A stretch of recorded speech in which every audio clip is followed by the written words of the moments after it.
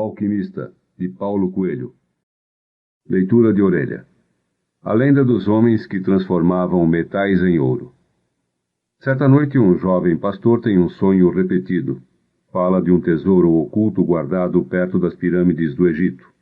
O rapaz resolve seguir seu sonho e defronta-se com os grandes mistérios que acompanham o homem desde o começo dos tempos. Os sinais de Deus, a lenda pessoal que cada um de nós precisa viver, a misteriosa alma do mundo, onde qualquer pessoa pode penetrar se ouvir o próprio coração. Considerada uma das artes mais antigas e mais secretas da humanidade, a alquimia é abordada pela primeira vez numa linguagem direta e simples. Paulo Coelho estudou alquimia durante 11 anos, convivendo com sua linguagem simbólica e sua experiência prática. Para escrever O Alquimista, foi até as pirâmides do Egito e ao deserto do Saara pesquisar a origem e os principais códigos da grande obra, o segredo que seduziu corações e mentes de muitos homens na Idade Média e que até hoje é praticado. Paulo Coelho nasceu no Rio de Janeiro em 1947. Aos 25 anos, depois de um curto período como diretor e autor teatral, resolveu dedicar-se inteiramente à música e ao jornalismo. Editou em 1972 a revista 2001, que retratava o estilo de vida dos anos 70. Também a partir desta data, iniciou seus estudos sobre magia e ocultismo, que o levaram a ingressar em diversas ordens e participar de seminários em todo o mundo. Como compositor, foi responsável por vários sucessos de Raul Seixas, Eu Nasci há 10 mil anos atrás, Al Capone, de Rita Lee, Esse Tal de Rock and Roll, Arrombou a Festa número 1 e 2, de Elis Regina, Me Deixa Louca, de Maria Bethânia, Gita, entre outros. Escreve para revistas e jornais do Brasil e do exterior, e entre seus livros publicados estão Arquivos do Inferno e Manual Prático do Vampirismo. Em 1986, depois de percorrer a pé a rota medieval de Santiago de Compostela, escreveu O Diário de um Mago, que esteve durante 19 semanas na lista dos mais vendidos. Dedicatória. Para J., alquimista que conhece e utiliza os segredos da grande obra. Prefácio. É importante dizer alguma coisa sobre o fato de O Alquimista ser um livro simbólico, diferente de O Diário de um Mago, que foi um trabalho de não-ficção. Durante 11 anos de minha vida estudei alquimia. A simples ideia de transformar metais em ouro ou de descobrir o elixir da longa vida já era fascinante demais para passar despercebida a qualquer iniciante em magia. Confesso que o elixir da longa vida me seduzia mais. Antes de entender e sentir a presença de Deus, a ideia de que tudo ia acabar um dia era desesperadora. De maneira que, ao saber da possibilidade de conseguir um líquido capaz de prolongar por muitos anos minha existência, resolvi dedicar-me de corpo e alma à sua fabricação. Era uma época de grandes transformações sociais, o começo dos anos 70, e não havia ainda publicações sérias a respeito de alquimia. Comecei, como um dos personagens do livro, a gastar o pouco dinheiro que tinha na compra de livros importados, e dedicava muitas horas do meu dia ao estudo da sua simbologia complicada. Procurei 2 ou 3 pessoas no Rio de Janeiro que se dedicavam seriamente à grande obra, e elas se recusaram a me receber. Conheci também muitas outras pessoas que se diziam alquimistas, possuíam seus laboratórios e prometiam me ensinar os segredos da arte em troca de verdadeiras fortunas. Hoje entendo que elas nada sabiam daquilo que pretendiam ensinar. Mesmo com toda a minha dedicação, os resultados eram absolutamente nulos. Não acontecia nada do que os manuais de alquimia afirmavam em sua complicada linguagem. Era um sem fim de símbolos de dragões, leões, sóis, luas e mercúrios, e eu sempre tinha a impressão de estar no caminho errado, porque a linguagem simbólica permite uma gigantesca margem de equívocos. Em 1973, já desesperado com a ausência de progresso, cometi uma suprema irresponsabilidade. Nesta época, eu era contratado pela Secretaria de Educação de Mato Grosso, para dar aulas de teatro naquele estado, e resolvi utilizar meus alunos em laboratórios teatrais que tinham como tema a Tábua da Esmeralda. Esta atitude, aliada a algumas incursões minhas nas áreas pantanosas da magia, fizeram com que no ano seguinte eu pudesse experimentar na própria carne a verdade do provérbio: aqui se faz, aqui se paga. Tudo à minha volta ruiu por completo. Passei os próximos 6 anos de minha vida numa atitude bastante cética com relação a tudo que dissesse respeito à área mística. Neste exílio espiritual, aprendi muitas coisas importantes, que só aceitamos uma verdade quando primeiro a negamos do fundo da alma, que não devemos fugir de nosso próprio destino e que a mão de Deus é infinitamente generosa, apesar de seu rigor. Em 1981, conheci Ram, R-A-M, e o meu mestre, que iria conduzir-me de volta ao caminho que está traçado para mim. E enquanto ele me treinava em seus ensinamentos, voltei a estudar alquimia por minha própria conta. Certa noite, enquanto conversávamos depois de uma exaustiva sessão de telepatia, perguntei por que a linguagem dos alquimistas era tão vaga e tão complicada. Existem 3 tipos de alquimistas, disse meu mestre. Aqueles que são vagos porque não sabem o que estão falando. Aqueles que são vagos porque sabem o que estão falando, mas sabem também que a linguagem da alquimia é uma linguagem dirigida ao coração e não à razão. E qual o terceiro tipo? Perguntei. Aqueles que jamais ouviram falar em alquimia, mas que conseguiram, através de suas vidas, descobrir a pedra filosofal. E com isto, meu mestre, que pertencia ao segundo tipo, resolveu me dar aulas de alquimia. Descobri que a linguagem simbólica que tanto me irritava e me desnorteava era a única maneira de se atingir a alma do mundo, ou o que Jung chamou de inconsciente coletivo. Descobri a lenda pessoal e os sinais de Deus, verdades que meu raciocínio intelectual se recusava a aceitar por causa de sua simplicidade. Descobri que atingir a grande obra não é tarefa de poucos, mas de todos os seres humanos sobre a face da Terra. É claro que nem sempre a grande obra vem sob a forma de um ovo e de um frasco com líquido, mas todos nós podemos, sem qualquer sombra de dúvida, mergulhar na alma do mundo. Por isso, o Alquimista é também um texto simbólico. No decorrer de suas páginas, além de transmitir tudo o que aprendi a respeito, procuro homenagear grandes escritores que conseguiram atingir a linguagem universal: Hemingway, Blake, Borges, que também utilizou a história persa para um de seus contos, Malbataan, entre outros.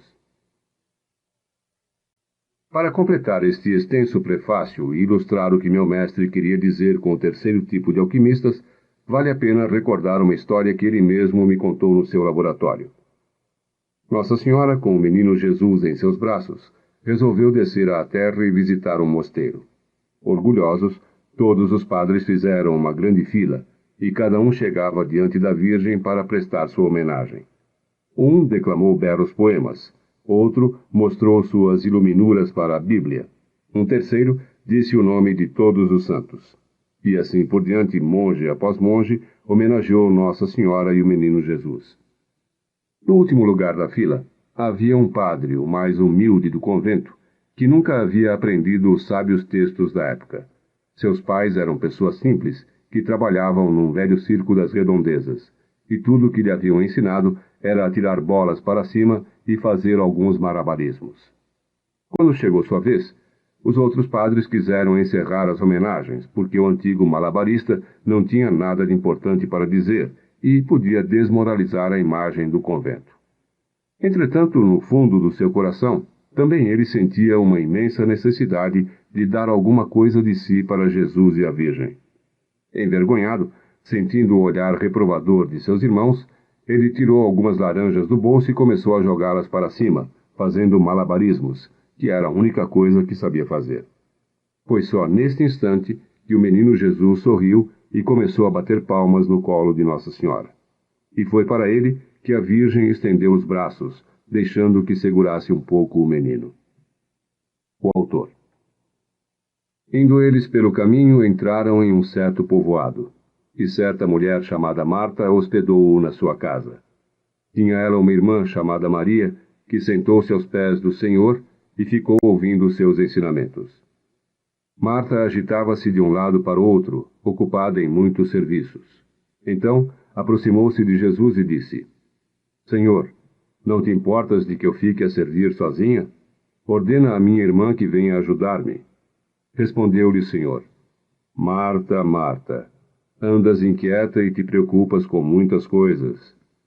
Maria, entretanto, escolheu a melhor parte, e esta não lhe será tirada. Lucas, capítulo 10, versículos 38 a 42.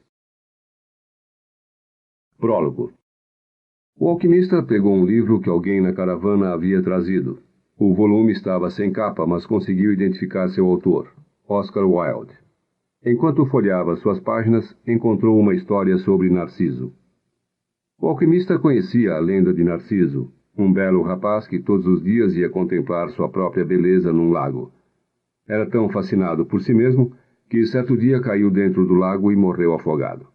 No lugar onde caiu, nasceu uma flor que chamaram de Narciso. Mas não era assim que Oscar Wilde acabava a história. Ele dizia que quando Narciso morreu, vieram as Oréiades, deusas do bosque, e viram o lago transformado de um lago de água doce num cântaro de lágrimas salgadas. Por que você chora? Perguntaram as Oréiades. Choro por Narciso, disse o lago. Ah, não nos espanta que você chore por Narciso, continuaram elas. Afinal de contas, apesar de todas nós sempre corrermos atrás dele pelo bosque, você era o único que tinha a oportunidade de contemplar de perto sua beleza. Mas Narciso era belo? Perguntou o lago. Quem mais do que você poderia saber disso? Responderam surpresas as Oréiades. Afinal de contas, era em suas margens que ele se debruçava todos os dias. O lago ficou algum tempo quieto. Por fim disse: Eu choro por Narciso, que jamais havia percebido que Narciso era belo. Choro por Narciso porque, todas as vezes que ele se deitava sobre minhas margens, eu podia ver, no fundo dos seus olhos, minha própria beleza refletida. Que bela história, disse o alquimista. Primeira parte. O rapaz chamava-se Santiago. Estava começando a escurecer quando chegou com seu rebanho diante de uma velha igreja abandonada.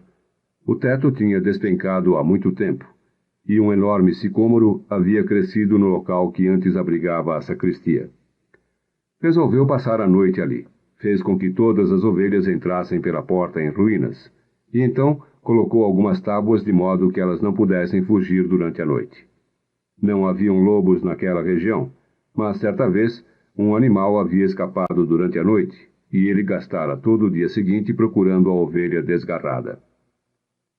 Forrou o chão com seu casaco e deitou-se, usando o livro que acabara de ler como travesseiro. Lembrou-se antes de dormir que precisava começar a ler livros mais grossos.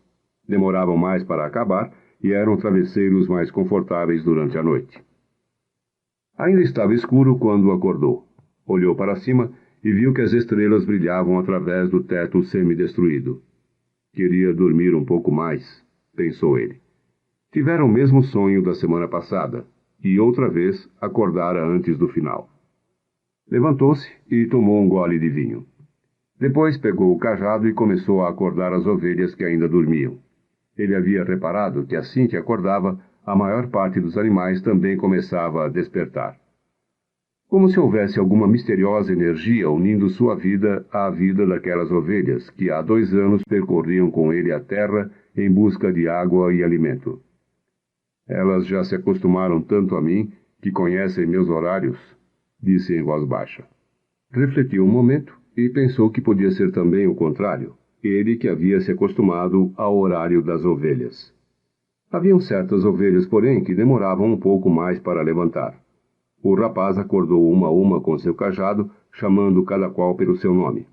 Sempre acreditara que as ovelhas eram capazes de entender o que ele falava. Por isso costumava às vezes ler para elas os trechos de livros que o haviam impressionado, ou falar da solidão e da alegria de um pastor no campo, ou comentar sobre as últimas novidades que via nas cidades por onde costumava passar. Nos últimos 2 dias, porém, seu assunto tinha sido praticamente um só.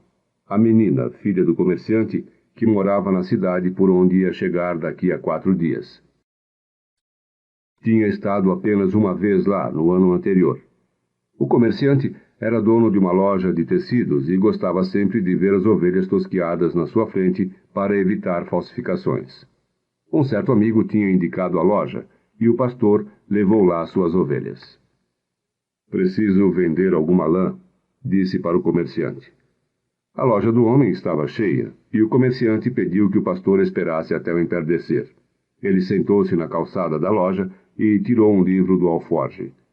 Não sabia que os pastores são capazes de ler livros, disse uma voz feminina ao seu lado. Era uma moça típica da região de Andaluzia, com seus cabelos negros escorridos e os olhos que lembravam vagamente os antigos conquistadores mouros. É porque as ovelhas ensinam mais que os livros, respondeu o rapaz. Ficaram conversando por mais de 2 horas.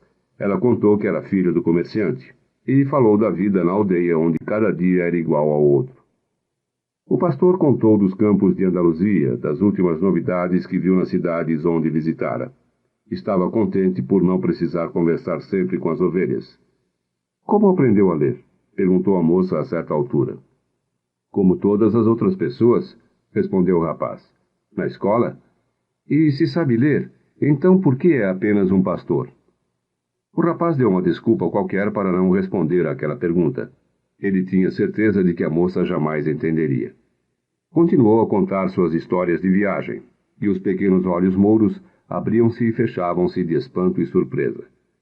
À medida que o tempo foi passando, o rapaz começou a desejar que aquele dia não acabasse nunca, que o pai da moça ficasse ocupado por muito tempo e o mandasse esperar por 3 dias.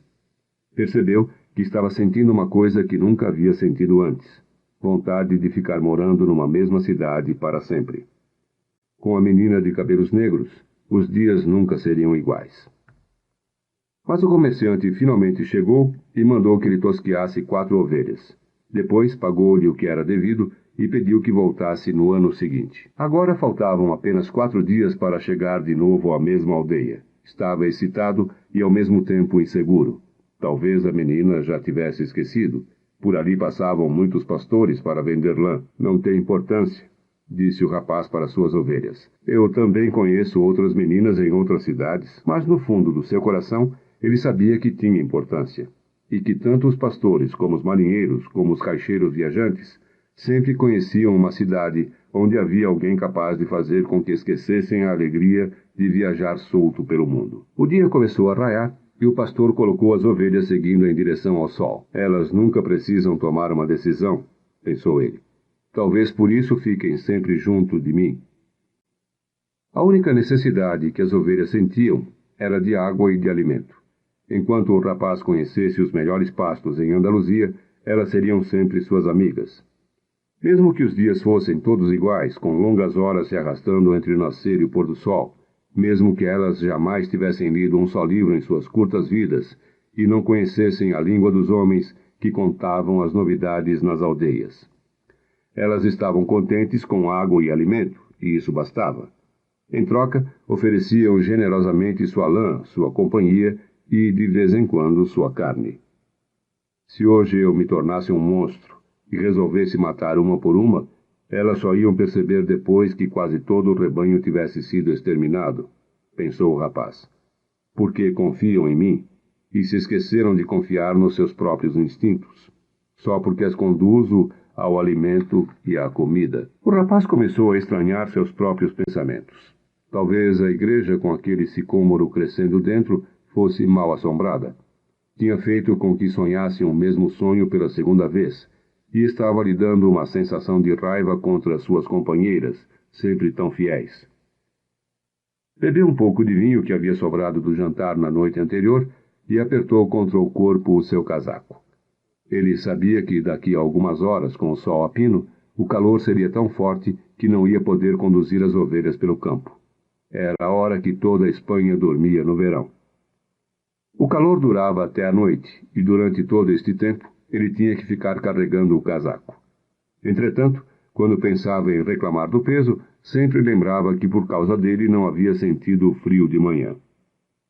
Temos que estar sempre preparados para as surpresas do tempo, pensava então ele, e sentia-se grato pelo peso do casaco. O casaco tinha um motivo e o rapaz também. Em 2 anos pelas planícies de Andaluzia, ele já sabia de cor todas as cidades da região, e esta era a grande razão de sua vida: viajar. Estava planejando explicar desta vez à menina por que um simples pastor sabe ler. Havia estado até os 16 anos num seminário. Seus pais queriam que ele fosse padre, e motivo de orgulho para uma simples família camponesa que trabalhava apenas para comida e água, como suas ovelhas. Estudou latim, espanhol e teologia, mas desde criança sonhava em conhecer o mundo, e isto era muito mais importante do que conhecer Deus ou os pecados dos homens. Certa tarde, ao visitar a família, havia tomado coragem e dito para seu pai que não queria ser padre, queria viajar. Homens de todo o mundo já passaram por esta aldeia, filho, disse o pai. Vêm em busca de coisas novas, mas continuam as mesmas pessoas. Vão até o morro conhecer o castelo e acham que o passado era melhor que o presente. Têm cabelos louros ou pele escura, mas são iguais aos homens de nossa aldeia. Mas não conheço os castelos das terras de onde eles vêm, retrucou o rapaz. Estes homens, quando conhecem nossos campos e nossas mulheres, dizem que gostariam de viver para sempre aqui, continuou o pai. Quero conhecer as mulheres e as terras de onde eles vieram, disse o rapaz. Porque eles nunca ficam por aqui. Os homens trazem a bolsa cheia de dinheiro, disse mais uma vez o pai. Entre nós, só os pastores viajam. Então serei pastor. O pai não disse mais nada. No dia seguinte, deu-lhe uma bolsa com 3 antigas moedas de ouro espanhola. Achei certo dia no campo. Iam ser da igreja, como seu dote. Compre seu rebanho e corra ao mundo até aprender que nosso castelo é o mais importante e nossas mulheres são as mais belas. E o abençoou. Nos olhos do pai, ele leu também a vontade de correr o mundo. Uma vontade que ainda vivia, apesar das dezenas de anos que ele a tentou sepultar com água, comida e o mesmo lugar para dormir toda a noite. O horizonte se tingiu de vermelho e depois apareceu o sol. O rapaz lembrou-se da conversa com o pai e sentiu-se alegre. Tinha já conhecido muitos castelos e muitas mulheres, mas nenhuma igual àquela que o esperava em 2 dias. Tinha um casaco, um livro que podia trocar por outro e um rebanho de ovelhas. O mais importante, entretanto, é que todo dia realizava o grande sonho de sua vida: viajar. Quando cansasse dos campos de Andaluzia, podia vender suas ovelhas e tornar-se marinheiro. Quando cansasse do mar, teria conhecido muitas cidades, muitas mulheres, muitas oportunidades de ser feliz. Não sei como buscam Deus no seminário, pensou enquanto olhava o sol que nascia. Sempre que possível, buscava um caminho diferente para andar. Nunca havia estado naquela igreja antes, apesar de haver passado tantas vezes por ali. O mundo era grande e inesgotável, e se ele deixasse que as ovelhas o guiassem apenas um pouquinho, ia terminar descobrindo mais coisas interessantes. O problema é que elas não se dão conta de que estão fazendo caminhos novos cada dia. Não percebem que os pastos mudaram, que as estações são diferentes, porque estão apenas ocupadas com água e comida. Talvez seja assim com todos nós, pensou o pastor. Mesmo comigo, que não penso em outras mulheres desde que conheci a filha do comerciante. Olhou o céu e, pelos seus cálculos, estaria antes do almoço em Tarifa. Lá poderia trocar seu livro por um volume mais grosso, encher a garrafa de vinho e fazer a barba e o cabelo. Tinha que estar pronto para encontrar a menina, e não queria pensar na possibilidade de outro pastor ter chegado antes dele com mais ovelhas para pedir sua mão. É justamente a possibilidade de realizar um sonho que torna a vida interessante, refletiu enquanto olhava novamente o céu e apressava o passo. Tinha acabado de se lembrar que em Tarifa morava uma velha capaz de interpretar sonhos, e ele tinha tido um sonho repetido aquela noite. A velha conduziu o rapaz até um quarto no fundo da casa, separado da sala por uma cortina feita de tiras de plástico colorido. Lá dentro tinha uma mesa, uma imagem do Sagrado Coração de Jesus e 2 cadeiras. A velha sentou-se e pediu que ele fizesse o mesmo. Depois, segurou as duas mãos do rapaz e rezou baixo. Parecia uma reza cigana. O rapaz já havia encontrado muitos ciganos pelo caminho. Eles viajavam e, entretanto, não cuidavam de ovelhas. As pessoas diziam que a vida de um cigano era sempre enganar aos outros. Diziam também que eles tinham pacto com demônios e que raptavam crianças para servirem de escravas em seus misteriosos acampamentos. Quando era pequeno, o rapaz sempre tinha morrido de medo de ser raptado pelos ciganos, e este temor antigo voltou enquanto a velha segurava suas mãos. Mas existe a imagem do Sagrado Coração de Jesus, pensou ele, procurando ficar mais calmo. Não queria que sua mão começasse a tremer e a velha percebesse seu medo. Rezou um Pai Nosso em silêncio. Que interessante, disse a velha sem tirar os olhos da mão do rapaz, e voltou a ficar quieta. O rapaz estava ficando nervoso. Suas mãos começaram involuntariamente a tremer, e a velha percebeu. Ele puxou as mãos rapidamente. Não vim aqui para ler as mãos, disse, já arrependido de ter entrado naquela casa. Pensou por um momento que era melhor pagar a consulta e ir-se embora sem saber de nada. Estava dando importância demais a um sonho repetido. Você veio saber de sonhos, respondeu a velha. E os sonhos são a linguagem de Deus. Quando ele fala a linguagem do mundo, eu posso interpretar. Mas se ele falar a linguagem de sua alma, só você pode entender. E vou cobrar a consulta de qualquer maneira. Mais um truque, pensou o rapaz. Entretanto, resolveu arriscar.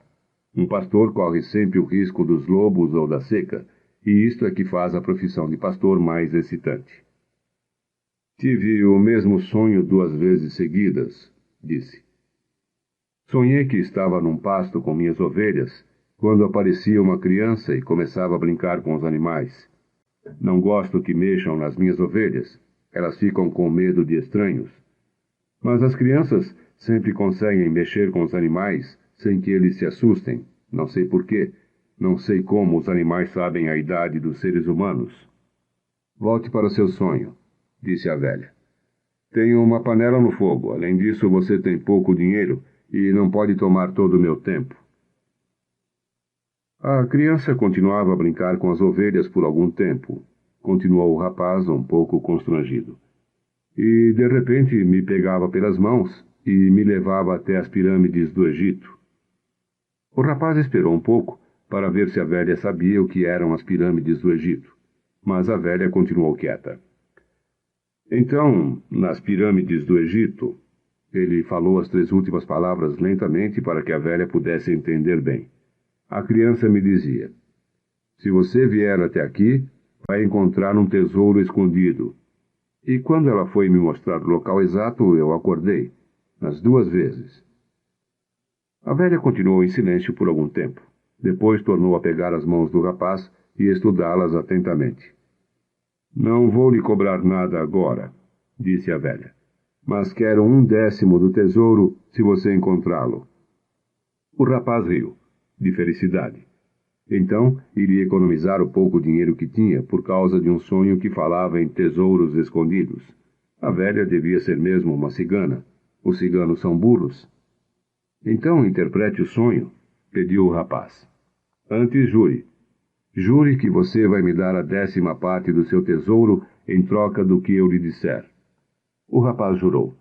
A velha pediu para que ele repetisse o juramento, olhando para a imagem do Sagrado Coração de Jesus. É um sonho da linguagem do mundo, disse ela. Posso interpretá-lo, e é uma interpretação muito difícil. Por isso acho que mereço minha parte no seu achado. E a interpretação é esta. Você deve ir até as pirâmides do Egito. Nunca ouvi falar delas, mas se foi uma criança que lhe mostrou, é porque existem. Lá você encontrará um tesouro que lhe fará rico. O rapaz ficou surpreso e depois irritado. Não precisava ter procurado a velha para isto. Finalmente, lembrou-se de que não estava pagando nada. Para isto eu não precisava perder meu tempo, disse. Por isso lhe falei que seu sonho era difícil. As coisas simples são as mais extraordinárias, e só os sábios conseguem vê-las. Já que não sou uma sábia, tenho que conhecer outras artes, como a leitura de mãos. E como eu vou chegar até o Egito? Eu só interpreto sonhos, não sei transformá-los em realidade. Por isso tenho que viver do que minhas filhas me dão. E se eu não chegar até o Egito? Eu fico sem pagamento? Não será a primeira vez? E a velha não disse mais nada. Pediu para que o rapaz saísse, pois já tinha perdido muito tempo com ele. O rapaz saiu decepcionado e decidido a nunca mais acreditar em sonhos. Lembrou-se de que tinha várias providências a tomar. Foi ao armazém arranjar alguma comida, trocou seu livro por um livro mais grosso e sentou-se num banco da praça para saborear o vinho novo que havia comprado. Era um dia quente, e o vinho, por um destes mistérios insondáveis, conseguia resfriar um pouco seu corpo. As ovelhas estavam na entrada da cidade, no estábulo de um novo amigo seu. Conhecia muita gente por aquelas bandas, e por isso gostava de viajar. A gente sempre acaba fazendo amigos novos, e não precisa ficar com eles dia após dia. Quando a gente vê sempre as mesmas pessoas, e isto acontecia no seminário, terminamos fazendo com que elas passem a fazer parte de nossas vidas. E como elas fazem parte de nossas vidas, passam também a querer modificar nossas vidas. Se a gente não for como elas esperam ficar, ficam chateadas, porque todas as pessoas têm a noção exata de como devemos viver nossa vida, e nunca têm noção de como devem viver as suas próprias vidas. Como a mulher dos sonhos que não sabia transformá-los em realidade. Resolveu esperar o sol descer um pouco antes de seguir com suas ovelhas em direção ao campo. Daqui a 3 dias, iria estar com a filha do comerciante. Começou a ler o livro que tinha conseguido com o padre de Tarifa. Era um livro grosso. As ovelhas estavam na entrada da cidade, no estábulo de um novo amigo seu. Conhecia muita gente por aquelas bandas, e por isso gostava de viajar. A gente sempre acaba fazendo amigos novos, e não precisa ficar com eles dia após dia. Quando a gente vê sempre as mesmas pessoas, e isto acontecia no seminário, terminamos fazendo com que elas passem a fazer parte de nossa que falava de um enterro logo na primeira página. Além disso, o nome dos personagens eram complicadíssimos. Se algum dia escrevesse um livro, pensou ele, ia colocar um personagem aparecendo de cada vez, para que os leitores não tivessem que ficar decorando nomes. Quando conseguiu concentrar-se um pouco na leitura, e era boa porque falava de um enterro na neve, o que lhe transmitia uma sensação de frio debaixo daquele imenso sol, um velho sentou-se ao seu lado e começou a puxar conversa. "O que eles estão fazendo?" perguntou o velho, apontando para as pessoas da praça. "Trabalhando?" respondeu o rapaz secamente, e voltou a fingir que estava concentrado na leitura. Na verdade, estava pensando em tosquiar as ovelhas na frente da filha do comerciante, para ela atestar como ele era capaz de fazer coisas interessantes. Já havia imaginado esta cena uma porção de vezes. Em todas elas, a menina ficava deslumbrada quando ele começava a lhe explicar que as ovelhas devem ser tosquiadas de trás para a frente. Também tentava se lembrar de algumas boas histórias para contar a ela enquanto tosquiava as ovelhas. A maior parte ele tinha lido nos livros, mas ele iria contar como se tivesse vivido pessoalmente. Ela nunca ia saber a diferença, porque não sabia ler livros. O velho, entretanto, insistiu. Falou que estava cansado, com sede, e pediu um gole de vinho ao rapaz. O rapaz ofereceu sua garrafa. Talvez o velho ficasse quieto. Mas o velho queria conversar de qualquer maneira. Perguntou que livro o rapaz estava lendo. Ele pensou em ser rude e mudar de banco, mas seu pai havia lhe ensinado o respeito pelos mais velhos. Então, estendeu o livro para o velho por 2 razões. A primeira é que não sabia pronunciar o título, e a segunda era que se o velho não soubesse ler, ia ele mesmo mudar de banco para não sentir-se humilhado. Disse o velho, olhando o volume por todos os lados, como se fosse um objeto estranho. É um livro importante, mas é muito chato. O rapaz ficou surpreso. O velho também lia e já lera aquele livro, e se o livro era chato, como ele dizia, ainda dava tempo de trocar por outro. É um livro que fala o que quase todos os livros falam, continuou o velho, da incapacidade que as pessoas têm de escolher seu próprio caminho, e termina fazendo com que todo mundo acredite na maior mentira do mundo. Qual é a maior mentira do mundo? Indagou surpreso o rapaz. É esta. Em determinado momento de nossa existência, perdemos o controle de nossas vidas, e ela passa a ser governada pelo destino. Esta é a maior mentira do mundo. Comigo não aconteceu isto, disse o rapaz. Queriam que eu fosse padre e eu resolvi ser pastor. Assim é melhor, disse o velho, porque você gosta de viajar.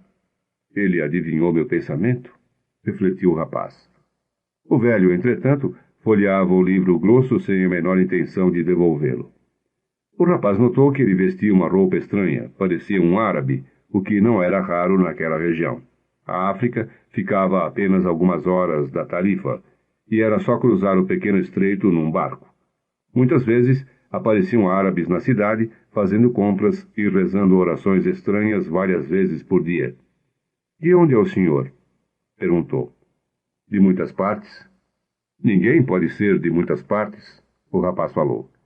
Eu sou um pastor e estou em muitas partes, mas sou de um único lugar, de uma cidade perto de um castelo antigo. Ali foi onde eu nasci. Então, podemos dizer que eu nasci em Salem. O rapaz não sabia onde era Salem, mas não quis perguntar para não sentir-se humilhado com a própria ignorância. Ficou mais algum tempo olhando a praça. As pessoas iam e vinham e pareciam muito ocupadas. Como está Salem? Perguntou o rapaz procurando alguma pista. Como sempre esteve. Ainda não era uma pista, mas sabia que Salem não estava em Andaluzia, senão ele já a teria conhecido. E o que você faz em Salem? Insistiu. O que faço em Salem? O velho pela primeira vez deu uma gostosa gargalhada. Ora, eu sou o rei de Salem. As pessoas dizem coisas muito estranhas, pensou o rapaz.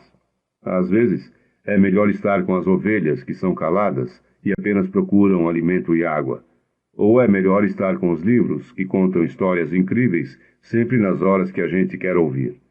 Mas quando a gente fala com pessoas, elas dizem certas coisas e ficamos sem saber como continuar a conversa. Meu nome é Melquisedeque, disse o velho. Quantas ovelhas você tem? O suficiente, respondeu o rapaz. O velho estava querendo saber demais sobre sua vida. Então estamos diante de um problema. Não posso ajudá-lo enquanto você achar que tem ovelhas suficientes. O rapaz se irritou. Não estava pedindo ajuda. O velho é que tinha pedido vinho, conversa e livro. Me devolva o livro, disse.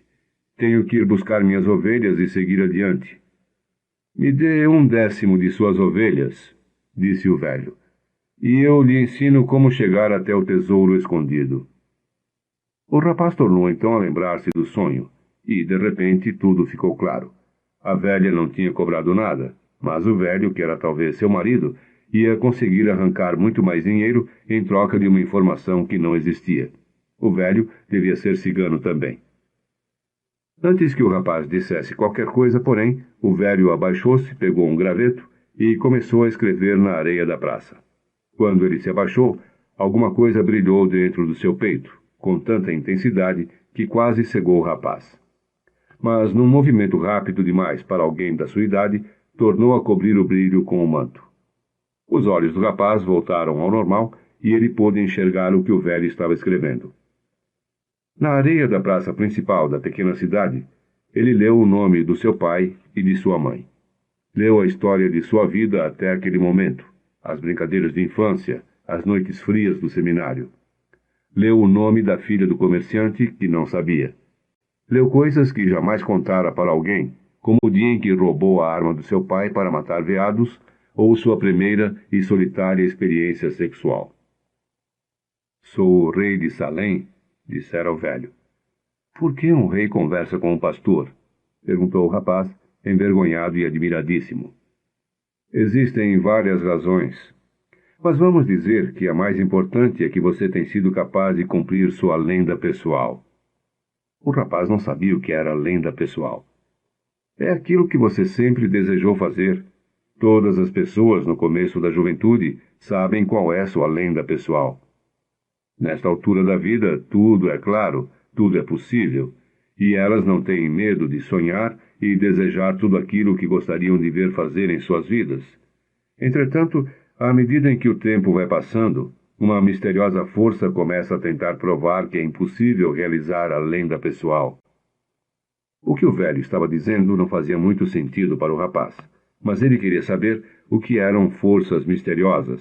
A filha do comerciante ia ficar boquiaberta com isto. São as forças que parecem ruins, mas na verdade estão ensinando a você como realizar sua lenda pessoal. Estão preparando seu espírito e sua vontade, porque existe uma grande verdade neste planeta. Seja você quem for ou o que faça, quando quer com vontade alguma coisa, é porque este desejo nasceu na alma do universo. É sua missão na Terra. Mesmo que seja apenas viajar, ou casar com a filha de um comerciante de tecidos, ou buscar um tesouro, a alma do mundo é alimentada pela felicidade das pessoas, ou pela infelicidade, inveja, ciúme. Cumprir sua lenda pessoal é a única obrigação dos homens. Tudo é uma coisa só. E quando você quer alguma coisa, todo o universo conspira para que você realize seu desejo. Durante algum tempo ficaram em silêncio, olhando a praça e as pessoas. Foi o velho quem falou primeiro. Por que você cuida de ovelhas? Porque gosto de viajar. Ele apontou um pipoqueiro com sua carrocinha vermelha, que estava num canto da praça. Aquele pipoqueiro também sempre desejou viajar quando criança, mas preferiu comprar uma carrocinha de pipoca, juntar dinheiro durante anos. Quando estiver velho, vai passar um mês na África. Jamais entendeu que a gente sempre tem condições para fazer o que sonha. Devia ter escolhido ser um pastor, pensou em voz alta o rapaz. Ele pensou nisto, disse o velho. Mas os pipoqueiros são mais importantes que os pastores. Os pipoqueiros têm uma casa, enquanto os pastores dormem ao relento. As pessoas preferem casar suas filhas com pipoqueiros do que com pastores. O rapaz sentiu uma pontada no coração, pensando na filha do comerciante. Em sua cidade devia haver um pipoqueiro. Enfim, o que as pessoas pensam sobre pipoqueiros e sobre pastores passa a ser mais importante para elas que a lenda pessoal. O velho folheou o livro e distraiu-se lendo uma página. O rapaz esperou um pouco e o interrompeu da mesma maneira como ele o havia interrompido. Por que você fala estas coisas comigo? Por que você tenta viver sua lenda pessoal e está a ponto de desistir dela? E você aparece sempre nestas horas? Nem sempre desta forma, mas jamais deixei de aparecer. Às vezes, apareço sob a forma de uma boa saída, uma boa ideia. Outras vezes, no momento crucial, faço as coisas ficarem mais fáceis. E assim por diante. Mas a maior parte das pessoas não nota isto. O velho contou que, na semana passada, ele tinha sido forçado a aparecer para um garimpeiro sob a forma de uma pedra. O garimpeiro tinha largado tudo para ir em busca de esmeraldas. Durante 5 anos trabalhou num rio e tinha quebrado 999.999 pedras em busca de uma esmeralda. Neste ponto, o garimpeiro pensou em desistir, e só faltava uma pedra, apenas uma pedra, para ele descobrir sua esmeralda. Como ele tinha sido um homem que havia apostado em sua lenda pessoal, o velho resolveu interferir. Transformou-se numa pedra que rolou sobre o pé do garimpeiro. Este, com a raiva e frustração dos 5 anos perdidos, atirou a pedra longe. Mas atirou com tanta força que ela bateu em outra pedra e esta se quebrou, mostrando a mais bela esmeralda do mundo. As pessoas aprendem muito cedo sua razão de viver, disse o velho com uma certa amargura nos olhos. Talvez seja por isso que elas desistem tão cedo também. Mas assim é o mundo. Então o rapaz se lembrou que a conversa havia começado com o tesouro escondido. Os tesouros são levantados da terra pela torrente de água e enterrados por estas mesmas enchentes, disse o velho. Se você quiser saber sobre seu tesouro, terá que me ceder 1/10 de suas ovelhas. E não serve 1/10 do tesouro? O velho ficou decepcionado. Se você sair prometendo o que ainda não tem, vai perder sua vontade de consegui-lo. O rapaz então contou que tinha prometido 1/10 à cigana. Os ciganos são espertos, suspirou o velho.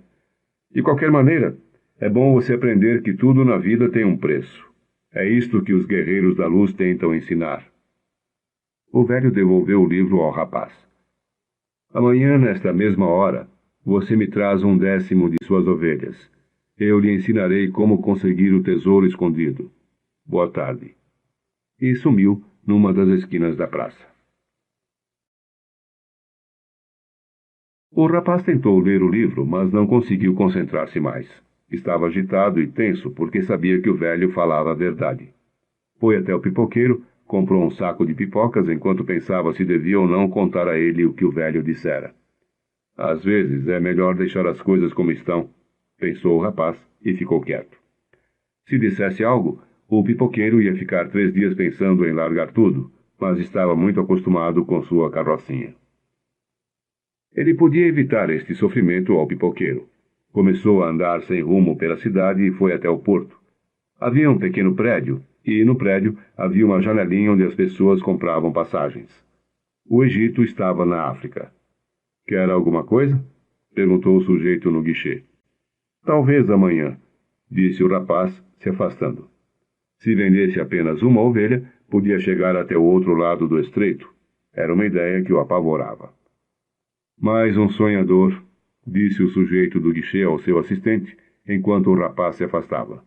Não tem dinheiro para viajar. Quando estava no guichê, o rapaz havia se lembrado de suas ovelhas e sentiu medo de voltar para junto delas. 2 anos haviam passado aprendendo tudo sobre a arte do pastoreio. Sabia tosquear, cuidar das ovelhas grávidas, proteger os animais contra os lobos. Conhecia todos os campos e pastos de Andaluzia. Conhecia o preço justo de comprar e vender cada um dos seus animais. Resolveu voltar até o estábulo de seu amigo pelo caminho mais longo.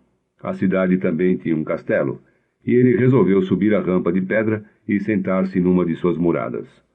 Lá de cima, ele podia ver a África. Alguém, certa vez, havia lhe explicado que por ali chegaram os mouros, que ocuparam durante tantos anos quase toda a Espanha.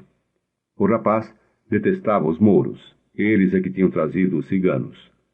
De lá, podia ver também quase toda a cidade, inclusive a praça onde havia conversado com o velho. Maldita hora em que encontrei este velho, pensou ele. Tinha ido apenas buscar uma mulher que interpretasse sonhos.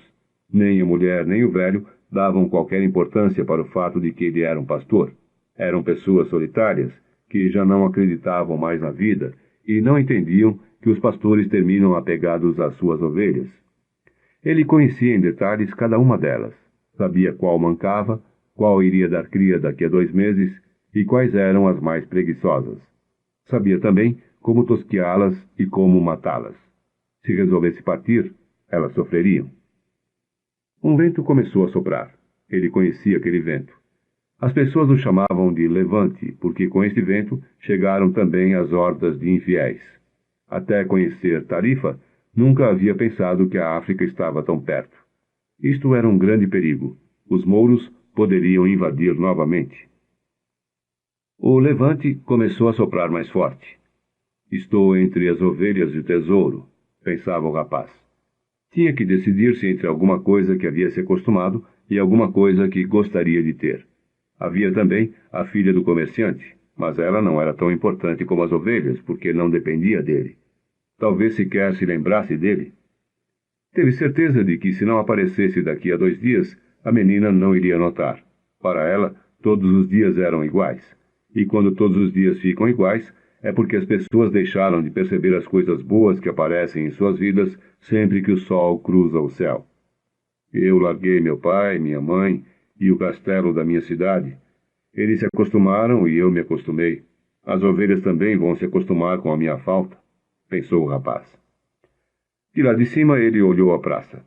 O pipoqueiro continuava vendendo suas pipocas. Um jovem casal sentou-se no banco onde ele havia conversado com o velho e deram um longo beijo. O pipoqueiro disse para si mesmo sem completar a frase. Porque o levante havia começado a soprar com mais força e ele ficou sentindo o vento no rosto. Ele trazia os mouros, é verdade, mas também trazia o cheiro do deserto e das mulheres cobertas com véu. Trazia o suor e os sonhos dos homens que um dia haviam partido em busca do desconhecido, de ouro, de aventuras e de pirâmides. O rapaz começou a invejar a liberdade do vento e percebeu que poderia ser como ele. Nada o impedia, exceto ele próprio. As ovelhas, a filha do comerciante, os campos de Andaluzia, eram apenas os passos de sua lenda pessoal. No dia seguinte, o rapaz encontrou-se com o velho ao meio-dia. Trazia 6 ovelhas consigo. Estou surpreso, disse ele. Meu amigo comprou imediatamente as ovelhas. Disse que a vida inteira havia sonhado em ser pastor, e aquilo era um bom sinal. É sempre assim, disse o velho. Chamamos de princípio favorável. Se você for jogar baralho pela primeira vez, com quase toda certeza irá ganhar. Sorte de principiante. E por quê?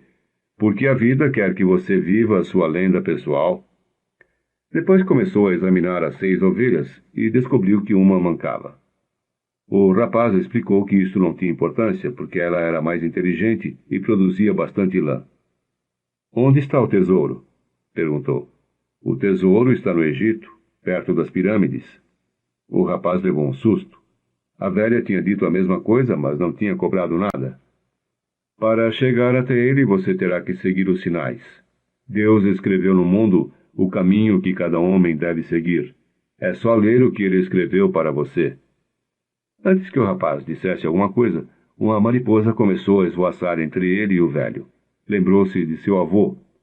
Quando ele era criança, seu avô lhe dissera que as mariposas eram sinal de boa sorte, como os grilos, as esperanças, as lagartixas e os trevos de 4 folhas. Isto, disse o velho, que era capaz de ler seus pensamentos. Exatamente como seu avô lhe ensinou.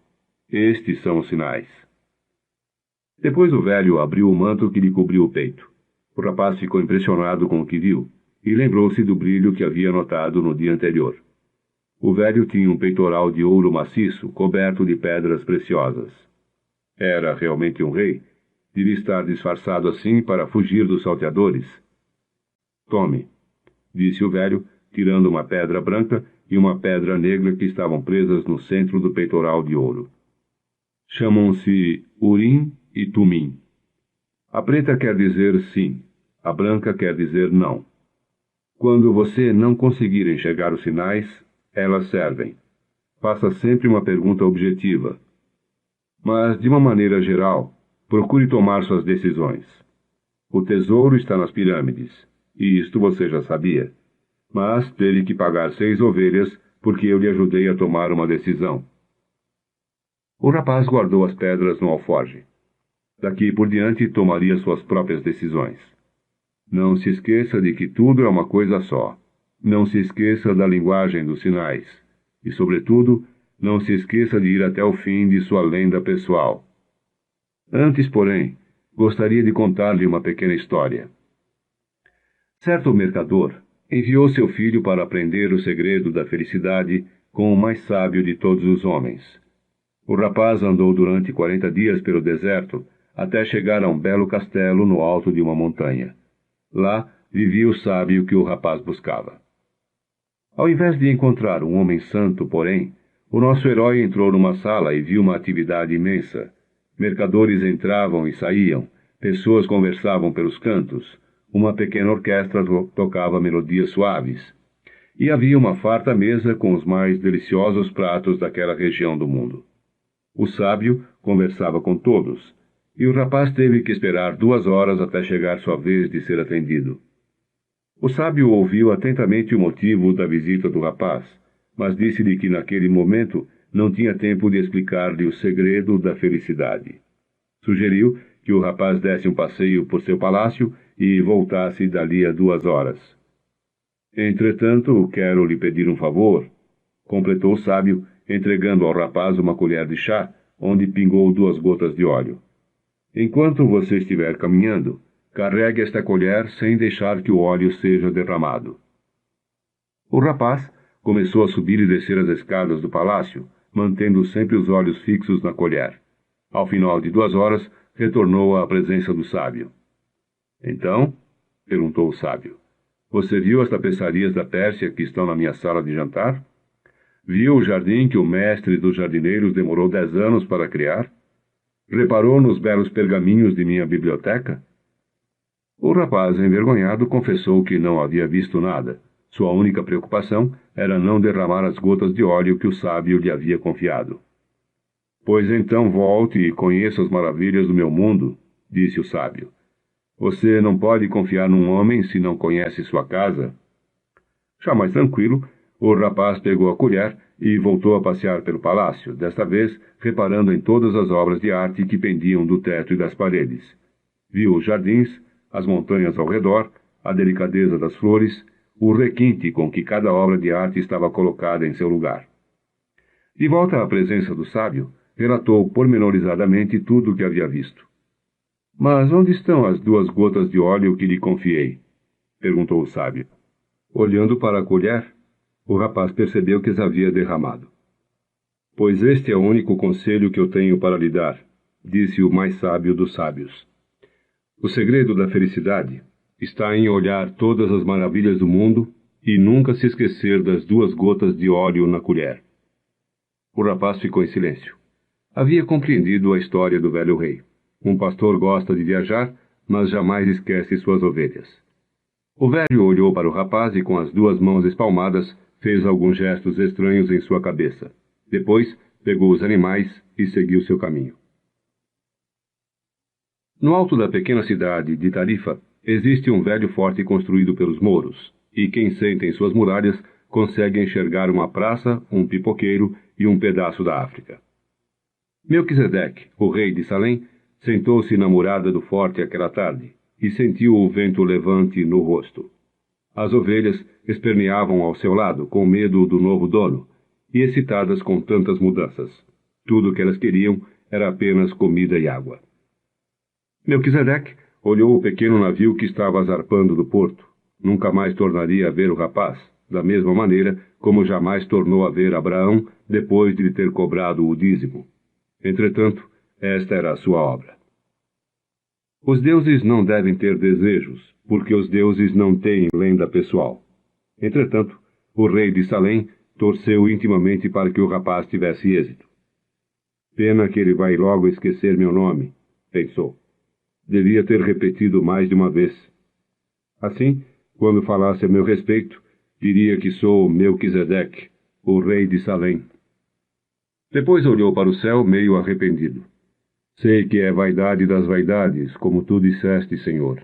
Mas um velho rei, às vezes, tem que sentir orgulho de si mesmo. Como é estranha a África, pensou o rapaz. Estava sentado numa espécie de bar igual a outros bares que ele havia encontrado nas ruelas estreitas da cidade. Algumas pessoas fumavam um cachimbo gigante que era passado de boca em boca. Em poucas horas, havia visto homens de mãos dadas, mulheres com o rosto coberto, os sacerdotes que subiam em longas torres e começavam a cantar, enquanto todos à sua volta se ajoelhavam e batiam com a cabeça no solo. Coisa de infiéis, disse para si mesmo. Quando criança, via sempre na igreja da sua aldeia uma imagem de São Santiago Matamouros em seu cavalo branco, com a espada desembainhada e figuras como aquelas debaixo de seus pés. O rapaz sentia-se mal e terrivelmente só. Os infiéis tinham um olhar sinistro.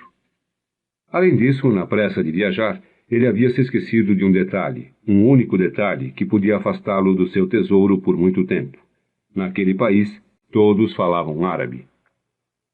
O dono do bar se aproximou e o rapaz apontou para uma bebida que tinha sido servida em outra mesa. Era um chá amargo. O rapaz preferia beber vinho. Mas não devia preocupar-se com isso agora. Tinha que pensar apenas no seu tesouro e a maneira de consegui-lo. A venda das ovelhas lhe havia deixado com bastante dinheiro no bolso, e o rapaz sabia que o dinheiro era mágico. Com ele, ninguém jamais está sozinho. Daqui a pouco, talvez em alguns dias, estaria junto das pirâmides. Um velho com todo aquele ouro no peito não precisava mentir para ganhar 6 ovelhas. O velho lhe havia falado de sinais. Enquanto atravessava o mar, ele havia pensado nos sinais. Sim, sabia do que ele estava falando.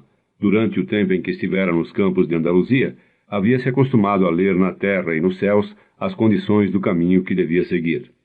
Aprendera que certo pássaro indicava uma cobra por perto, e que determinado arbusto era sinal de água daqui a alguns quilômetros. As ovelhas lhe haviam ensinado isto. Se Deus conduz tão bem as ovelhas, também conduzirá o homem. Refletiu e ficou mais tranquilo. O chá parecia menos amargo. Quem é você? Ouviu uma voz em espanhol. O rapaz ficou imensamente aliviado. Estava pensando em sinais e alguém tinha aparecido. Como você fala espanhol? Perguntou. O recém-chegado era um rapaz vestido à maneira dos ocidentais, mas a cor de sua pele indicava que devia ser daquela cidade. Tinha mais ou menos sua altura e sua idade. Quase todo mundo aqui fala espanhol. Estamos a apenas 2 horas da Espanha. Sente-se e peça alguma coisa por minha conta, disse o rapaz. E peça um vinho para mim. Detesto este chá. Não há vinho no país, disse o recém-chegado. A religião não permite. O rapaz disse então que precisava chegar até as pirâmides.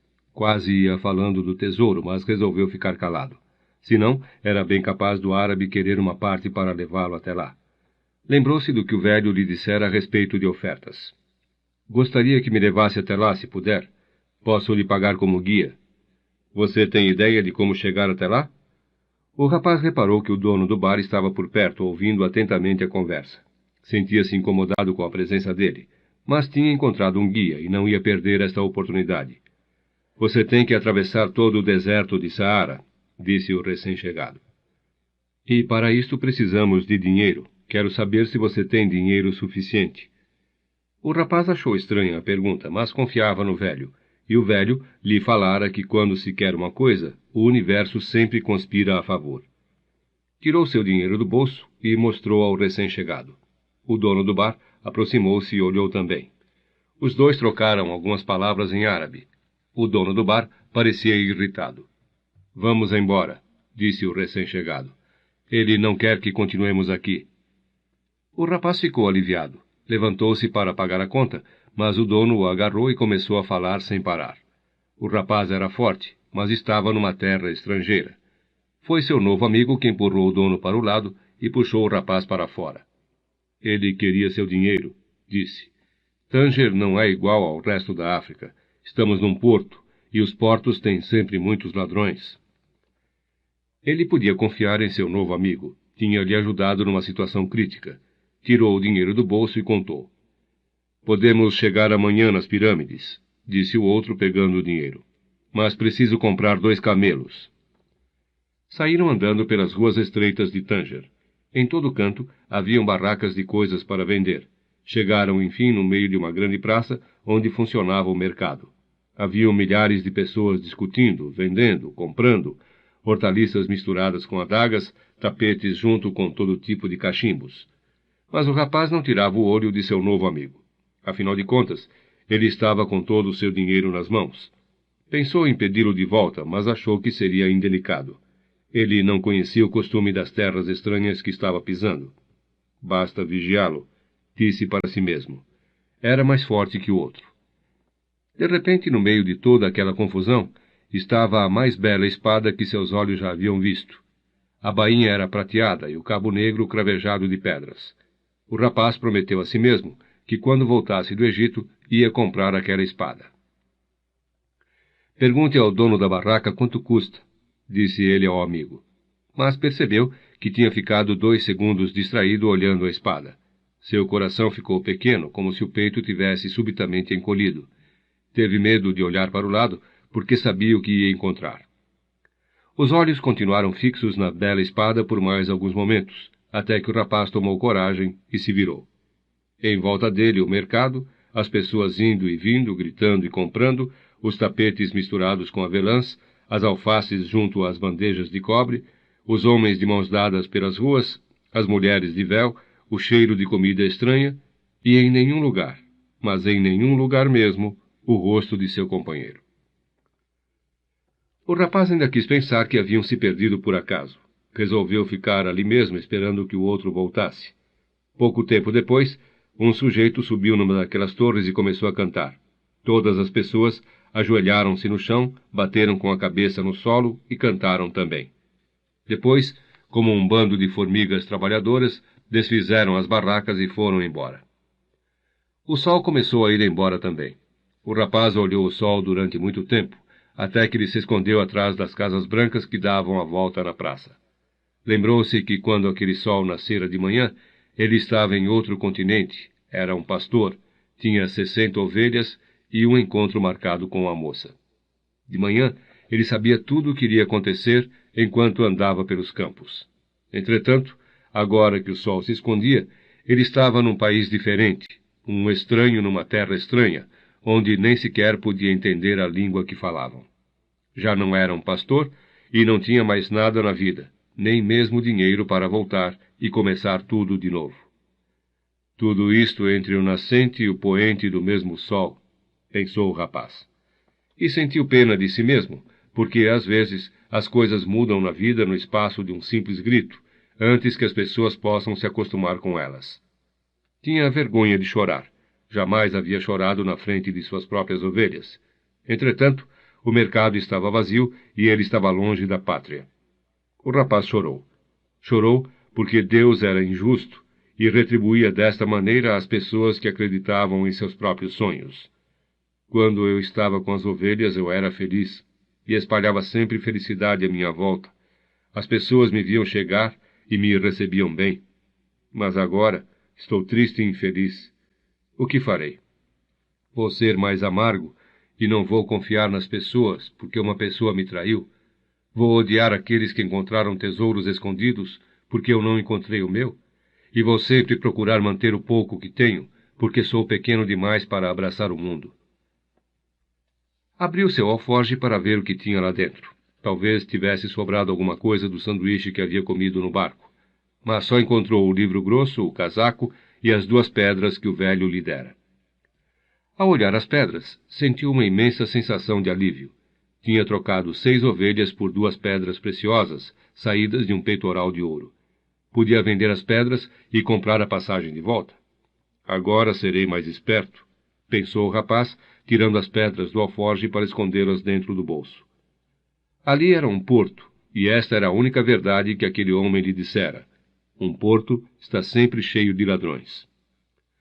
Agora entendia também o desespero do dono do bar. Estava tentando dizer-lhe para não confiar naquele homem. Sou como todas as pessoas. Vejo o mundo da maneira que desejava que as coisas acontecessem, e não da maneira que as coisas acontecem. Ficou olhando as pedras. Tocou com cuidado cada uma, sentindo a temperatura e a superfície lisa. Elas eram seu tesouro. O simples toque das pedras lhe deu mais tranquilidade. Elas lhe lembravam do velho. Quando você quer uma coisa, todo o universo conspira para que possa consegui-la, dissera-lhe o velho. Queria entender como aquilo podia ser verdade. Estava ali num mercado vazio, sem um centavo no bolso e sem ovelhas para guardar aquela noite. Mas as pedras eram a prova de que tinha encontrado um rei que sabia sua história, sabia da arma do seu pai e da sua primeira experiência sexual. As pedras servem para adivinhação. Chamam-se Urim e Tumim. O rapaz colocou de novo as pedras dentro do saco e resolveu experimentar. O velho havia falado que fizesse perguntas claras, porque as pedras só serviam para quem sabe o que quer. O rapaz então perguntou se a bênção do velho continuava ainda com ele. Tirou uma das pedras. Era assim. Vou encontrar meu tesouro? Perguntou o rapaz. Enfiou a mão no alforje e ia pegando uma das pedras quando ambas escorregaram por buraco no tecido. O rapaz nunca havia percebido que seu alforje estava rasgado. Abaixou-se para pegar o urim e o tumim e colocá-los de novo dentro do saco.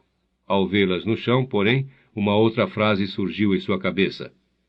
Aprenda a respeitar e seguir os sinais, havia falado o velho rei. Um sinal. O rapaz riu para si mesmo. Depois apanhou as 2 pedras no chão e as recolocou no alforje. Não pensava costurar o buraco. As pedras poderiam escapar por ali sempre que desejassem. Ele havia entendido que certas coisas a gente não devia perguntar, para não fugir do próprio destino. Prometi tomar minhas próprias decisões, disse para si mesmo. Mas as pedras tinham dito que o velho continuava com ele e isto lhe deu mais confiança. Olhou de novo para o mercado vazio e não sentiu o desespero de antes. Não era um mundo estranho, era um mundo novo. Pois, afinal de contas, tudo o que ele queria era exatamente isto, conhecer mundos novos. Mesmo que ele jamais chegasse até as pirâmides, ele já tinha ido muito mais longe do que qualquer pastor que conhecia. Ah, se eles soubessem que a apenas 2 horas de barco existem tantas coisas diferentes! O mundo novo aparecia na sua frente sob a forma de um mercado vazio, mas ele já vira aquele mercado cheio de vida e nunca mais ia se esquecer. Lembrou-se da espada. Foi um preço caro contemplá-la um pouco, mas também nunca tinha visto nada igual antes. Sentiu de repente que ele podia olhar o mundo como uma pobre vítima de um ladrão ou como um aventureiro em busca de um tesouro. Sou um aventureiro em busca de um tesouro, pensou antes de cair exausto no sono. Acordou com um sujeito lhe cutucando. Tinha dormido no meio do mercado, e a vida daquela praça estava prestes a recomeçar de novo. Olhou em volta procurando suas ovelhas, e percebeu que estava em outro mundo. Ao invés de sentir-se triste, ficou feliz. Não tinha mais que seguir em busca de água e comida, podia seguir em busca de um tesouro. Não tinha 1 centavo no bolso, mas tinha fé na vida. Havia escolhido, na noite anterior, ser um aventureiro igual aos personagens dos livros que costumava ler. Começou a andar sem pressa pela praça. Os mercadores colocaram em pé suas barracas. Ajudou um doceiro a montar a sua. Havia um sorriso diferente no rosto daquele doceiro. Estava alegre, desperto para a vida, pronto para começar um bom dia de trabalho. Era um sorriso que lembrava alguma coisa do velho, aquele velho e misterioso rei que havia conhecido. Este doceiro não está fazendo doces porque quer viajar, ou porque quer casar com a filha de um comerciante. Este doceiro não está fazendo doces porque quer viajar, ou porque quer casar com a filha de um comerciante. Este doceiro faz doce porque gosta disto, pensou o rapaz, e notou que podia fazer a mesma coisa que o velho, saber se uma pessoa está próxima ou distante de sua lenda pessoal. Só em olhar para ela. É fácil. E eu nunca havia percebido isto. Quando acabaram de montar a barraca, o doceiro lhe estendeu o primeiro doce que havia feito. O rapaz comeu satisfeito, agradeceu e seguiu seu caminho. Quando já havia se afastado um pouco, lembrou-se que a barraca havia sido montada com uma pessoa falando árabe e a outra espanhol, e tinham se entendido perfeitamente. Existe uma linguagem que está além das palavras, pensou o rapaz. Eu já experimentei isto com as ovelhas, e agora estou experimentando com os homens.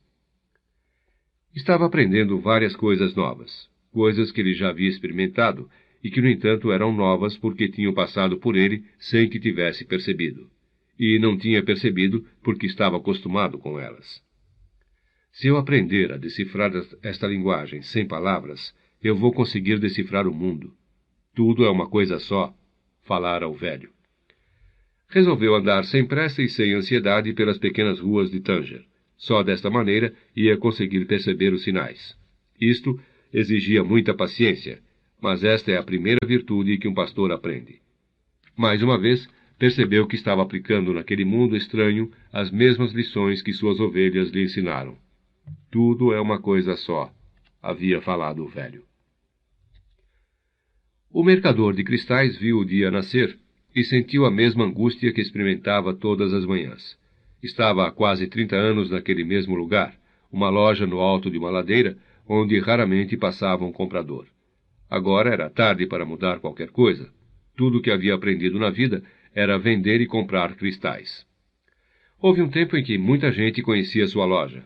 Mercadores árabes, geólogos franceses e ingleses, soldados alemães, sempre com dinheiro no bolso.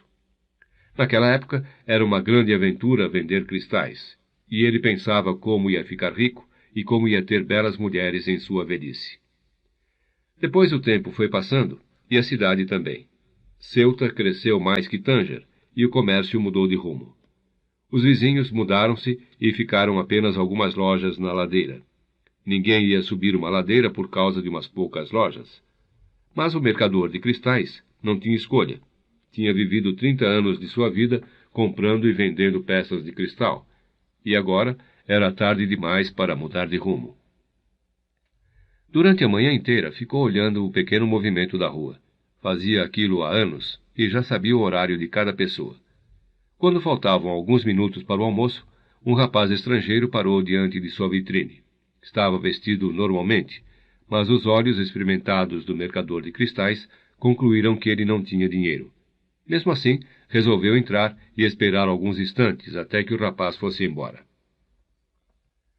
Havia um cartaz na porta dizendo que ali se falavam várias línguas. O rapaz viu um homem aparecer atrás do balcão. "Posso limpar estes vasos, se você quiser", disse o rapaz. "Assim como eles estão, nenhum comprador vai querer comprar." O homem olhou sem dizer nada. "Em troca, você me paga um prato de comida." O homem continuou em silêncio, e o rapaz sentiu que precisava tomar uma decisão. Dentro de seu alforje havia o casaco. Não ia precisar mais dele no deserto. Tirou o casaco e começou a limpar os vasos. Durante meia hora, limpou todos os vasos da vitrine. Neste meio tempo, entraram 2 fregueses e compraram cristais do homem. Quando acabou de limpar tudo, ele pediu ao homem um prato de comida. "Vamos comer", disse o mercador de cristais. Colocou uma tabuleta na porta e foram até um minúsculo bar no alto da ladeira. Assim que sentaram na única mesa existente, o mercador de cristais sorriu. "Não era preciso limpar nada", disse. "A lei do Alcorão obriga a dar de comer a quem tem fome." "Então por que me deixou fazer isto?" perguntou o rapaz. "Porque os cristais estavam sujos. E tanto você como eu precisávamos limpar as cabeças dos maus pensamentos." Quando acabaram de comer, o mercador virou-se para o rapaz. "Queria que você trabalhasse na minha loja. Hoje entraram 2 fregueses enquanto você limpava os vasos, e isto é um bom sinal." "As pessoas falam muito em sinais", pensou o pastor, "mas não percebem o que estão dizendo, da mesma maneira que eu não percebia que há muitos anos falava com minhas ovelhas uma linguagem sem palavras." "Quer trabalhar para mim?" insistiu o mercador. "Posso trabalhar o resto do dia", respondeu o rapaz. "Limparei até de madrugada todos os cristais da loja. Em troca, preciso de dinheiro para estar amanhã no Egito." O velho riu de novo. "Mesmo que você limpasse meus cristais durante um ano inteiro, mesmo que você ganhasse uma boa comissão de vendas em cada um deles, ainda ia ter que arranjar dinheiro emprestado para ir ao Egito. Existem milhares de quilômetros de deserto entre Tânger e as pirâmides." Houve um momento de silêncio tão grande que a cidade parecia ter adormecido. Já não haviam mais os bazares, as discussões dos mercadores, os homens que subiam em minaretes e cantavam, as belas espadas com seus punhos cravejados.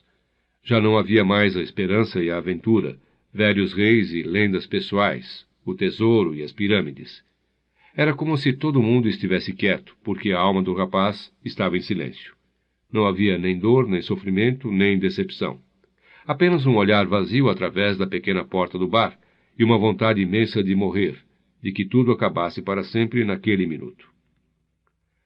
O mercador olhou espantado para o rapaz. Era como se toda a alegria que tinha visto aquela manhã houvesse subitamente desaparecido. "Posso lhe dar dinheiro para voltar à sua terra, meu filho?" disse o mercador de cristais. O rapaz continuou em silêncio. Depois levantou-se, ajeitou as roupas e pegou seu alforje. "Vou trabalhar com o senhor", disse. E depois de outro silêncio demorado, concluiu. "Preciso de dinheiro para comprar algumas ovelhas." Segunda parte. Há quase um mês, o rapaz estava trabalhando para o mercador de cristais, e não era exatamente o tipo de emprego que lhe fazia feliz. O mercador passava o dia inteiro resmungando atrás do balcão, pedindo que tomasse cuidado com as peças, que não deixasse quebrar nada. Mas continuava no emprego, porque o mercador era um velho rabugento, mas não era injusto. O rapaz recebia uma boa comissão em cada peça vendida, e já havia conseguido juntar algum dinheiro. Naquela manhã, havia feito certos cálculos. Se continuasse a trabalhar todos os dias como estava trabalhando, ia precisar de um ano inteiro para poder comprar algumas ovelhas. "Gostaria de fazer uma estante para os cristais", disse o rapaz ao mercador. "Ela pode ser colocada do lado de fora e atrair quem está passando lá embaixo da ladeira." "Nunca fiz uma estante antes", respondeu o mercador. "As pessoas passam e esbarram. Os cristais se quebram. Quando eu andava pelo campo com as ovelhas, elas podiam morrer se encontrassem uma cobra, mas isto faz parte da vida das ovelhas e dos pastores." O mercador atendeu um freguês que desejava 3 vasos de cristal. Estava vendendo melhor do que nunca, como se o mundo tivesse voltado no tempo, para a época em que a rua era uma das principais atrações de Tanger. O movimento já melhorou bastante, disse ao rapaz quando o freguês saiu. O dinheiro permite que eu viva melhor e lhe devolverá suas ovelhas em pouco tempo. Para que exigir mais da vida? Porque temos que seguir os sinais, falou o rapaz quase sem querer. E arrependeu-se do que dissera, porque o mercador nunca havia encontrado um rei. Chama-se princípio favorável, sorte de principiante, porque a vida quer que você viva sua lenda pessoal, falara o velho. O mercador, entretanto, estava entendendo o que o rapaz falava. A simples presença dele na loja era um sinal, e com o passar dos dias, com o dinheiro entrando na caixa, ele não estava arrependido de haver contratado o espanhol. Mesmo que o rapaz estivesse ganhando mais do que devia, como ele sempre havia achado que as vendas não mudavam mais, tinha oferecido uma comissão alta, e sua intuição dizia que em breve o garoto estaria de volta às suas ovelhas. Por que você queria conhecer as pirâmides? Perguntou, para mudar o assunto da estante. Porque sempre me falaram nelas, disse o rapaz, evitando falar no seu sonho. Agora o tesouro era uma lembrança sempre dolorosa e o rapaz evitava pensar nisto. Eu não conheço ninguém aqui que queira atravessar o deserto só para conhecer as pirâmides, disse o mercador. São apenas um monte de pedras. Você pode construir uma no seu quintal. Você nunca teve sonhos de viajar? Disse o rapaz, atendendo mais um freguês que entrava na loja. 2 dias depois, o velho procurou o rapaz para falar da estante. Não gosto de mudanças, disse o mercador. Nem eu, nem você somos como Hassan, o rico comerciante. Se ele erra numa compra, isto não o afeta muito, mas nós dois temos sempre que conviver com nossos erros. É verdade, pensou o rapaz. Para que você quer a estante? Disse o mercador. Quero voltar mais rápido para minhas ovelhas. Temos que aproveitar quando a sorte está do nosso lado e fazer tudo para ajudá-la da mesma maneira que ela está nos ajudando. Chama-se princípio favorável, ou sorte de principiante. O velho ficou calado por algum tempo. Depois disse, o profeta nos deu o Alcorão e nos deixou apenas 5 obrigações para serem seguidas em nossa existência. A mais importante é a seguinte, só existe um Deus. As outras são, rezar 5 vezes por dia, fazer jejum no mês de Ramadã, fazer caridade com os pobres. Parou de falar.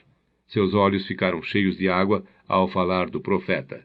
Era um homem fervoroso, e mesmo com toda a sua impaciência, procurava viver sua vida de acordo com a lei muçulmana. E qual a minha obrigação? Perguntou o rapaz. Há 2 dias atrás, você disse que eu nunca tive sonhos de viajar, respondeu o mercador. A 5ª obrigação de todo muçulmano é uma viagem. Devemos ir pelo menos uma vez na vida à cidade sagrada de Meca. Meca é muito mais longe do que as pirâmides. Quando eu era jovem, preferi juntar o pouco dinheiro que tinha para começar esta loja. Pensava em ser rico algum dia para ir a Meca. Passei a ganhar dinheiro, mas não podia deixar ninguém cuidando dos cristais, porque os cristais são coisas delicadas. Ao mesmo tempo, via passar de frente à minha loja muitas pessoas que seguiam na direção de Meca. Havia alguns peregrinos ricos que iam com um séquito de criados e de camelos, mas a maior parte das pessoas era muito mais pobre do que eu era. Todas iam e voltavam contentes e colocavam na porta de suas casas os símbolos da peregrinação. Uma delas, um sapateiro que vivia de remendar as botas alheias, me disse que havia caminhado quase 1 ano pelo deserto, mas que ficava sempre mais cansado quando tinha que caminhar alguns quarteirões em Tanger para comprar couro.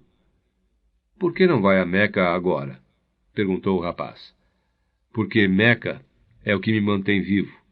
É o que me faz aguentar todos estes dias iguais, estes vasos calados nas prateleiras, o almoço e o jantar naquele restaurante horrível. Tenho medo de realizar meu sonho e depois não ter mais motivos para continuar vivo. Você sonha com ovelhas e com pirâmides. É diferente de mim, porque deseja realizar seus sonhos. Eu quero apenas sonhar com Meca. Já imaginei milhares de vezes a travessia do deserto, minha chegada na praça onde está a pedra sagrada, as 7 voltas que devo dar em torno dela antes de tocá-la. Já imaginei quais pessoas estarão do meu lado, na minha frente, e as conversas e orações que compartilharemos juntos. Mas tenho medo que seja uma grande decepção, então prefiro apenas sonhar. Este dia, o mercador deu permissão ao rapaz para construir a estante. Nem todos podem ver os sonhos da mesma maneira. Mais 2 meses se passaram, e a estante trouxe muitos fregueses à loja dos cristais. O rapaz calculou que se trabalhasse mais 6 meses, poderia voltar à Espanha e comprar 60 ovelhas e mais 60 ovelhas. Em menos de um ano, ele teria duplicado o seu rebanho, e ia poder negociar com os árabes, porque já conseguia falar aquela língua estranha. Depois daquela manhã no mercado, ele não havia mais utilizado o Urim e o Tumim, porque o Egito passou a ser apenas um sonho tão distante para ele como era a cidade de Meca para o mercador. Entretanto, o rapaz agora estava contente com seu trabalho, e pensava a todo momento no dia em que iria desembarcar em Tarifa como um vencedor. Lembre-se de saber sempre o que quer, havia falado o velho rei. O rapaz sabia, e estava trabalhando para isto. Talvez seu tesouro tivesse sido chegar àquela terra estranha, encontrar um assaltante e dobrar o número de seu rebanho sem ter gasto 1 centavo sequer. Estava orgulhoso de si mesmo. Havia aprendido coisas importantes, como o comércio de cristais, linguagem sem palavras e os sinais. Uma tarde viu um homem no alto da ladeira, reclamando que era impossível encontrar um lugar decente para beber alguma coisa depois de toda a subida. O rapaz já conhecia a linguagem dos sinais, e chamou o velho para conversar. Vamos vender chá para as pessoas que sobem a ladeira, disse ele. Muitas pessoas vendem chá por aqui, respondeu o mercador. Podemos vender chá em vasos de cristal. Assim as pessoas vão gostar do chá e vão querer comprar os cristais, porque o que mais seduz os homens é a beleza. O mercador olhou para o rapaz durante algum tempo. Não respondeu nada. Mas naquela tarde, depois de fazer suas orações e fechar a loja, sentou-se na calçada com ele e convidou-o a fumar narguilé, aquele estranho cachimbo que os árabes usavam. — O que você está procurando? Perguntou o velho mercador de cristais. — Já lhe disse. Preciso comprar de volta as ovelhas, e para isto é necessário dinheiro. O velho colocou algumas brasas novas no narguilé e deu uma longa tragada. — Há 30 anos que tenho esta loja. Conheço o bom e o mau cristal, e conheço todos os detalhes do seu funcionamento. Estou acostumado com seu tamanho e seu movimento.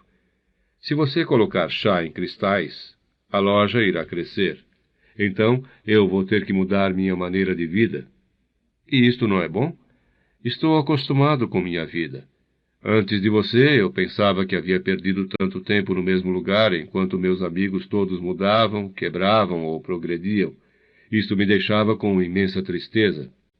Agora eu sei que não era bem assim. A loja tem o exato tamanho que eu sempre quis que ela tivesse.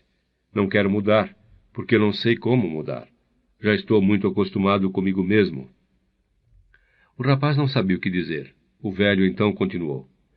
Você foi uma bênção para mim. E hoje estou entendendo uma coisa. Toda bênção que não é aceita transforma-se numa maldição. Eu não quero mais da vida. E você está me forçando a ver riquezas e horizontes que eu nunca conheci. Agora que os conheço e que conheço minhas possibilidades imensas, vou me sentir pior do que me sentia antes, porque sei que posso ter tudo, e não quero. Ainda bem que eu não disse nada ao pipoqueiro, pensou o rapaz. Continuaram fumando o narguilé por algum tempo, enquanto o sol se escondia. Estavam conversando em árabe, e o rapaz estava satisfeito consigo mesmo, porque falava árabe. Houve uma época em que ele achou que as ovelhas podiam ensinar tudo sobre o mundo, mas as ovelhas não sabiam ensinar árabe.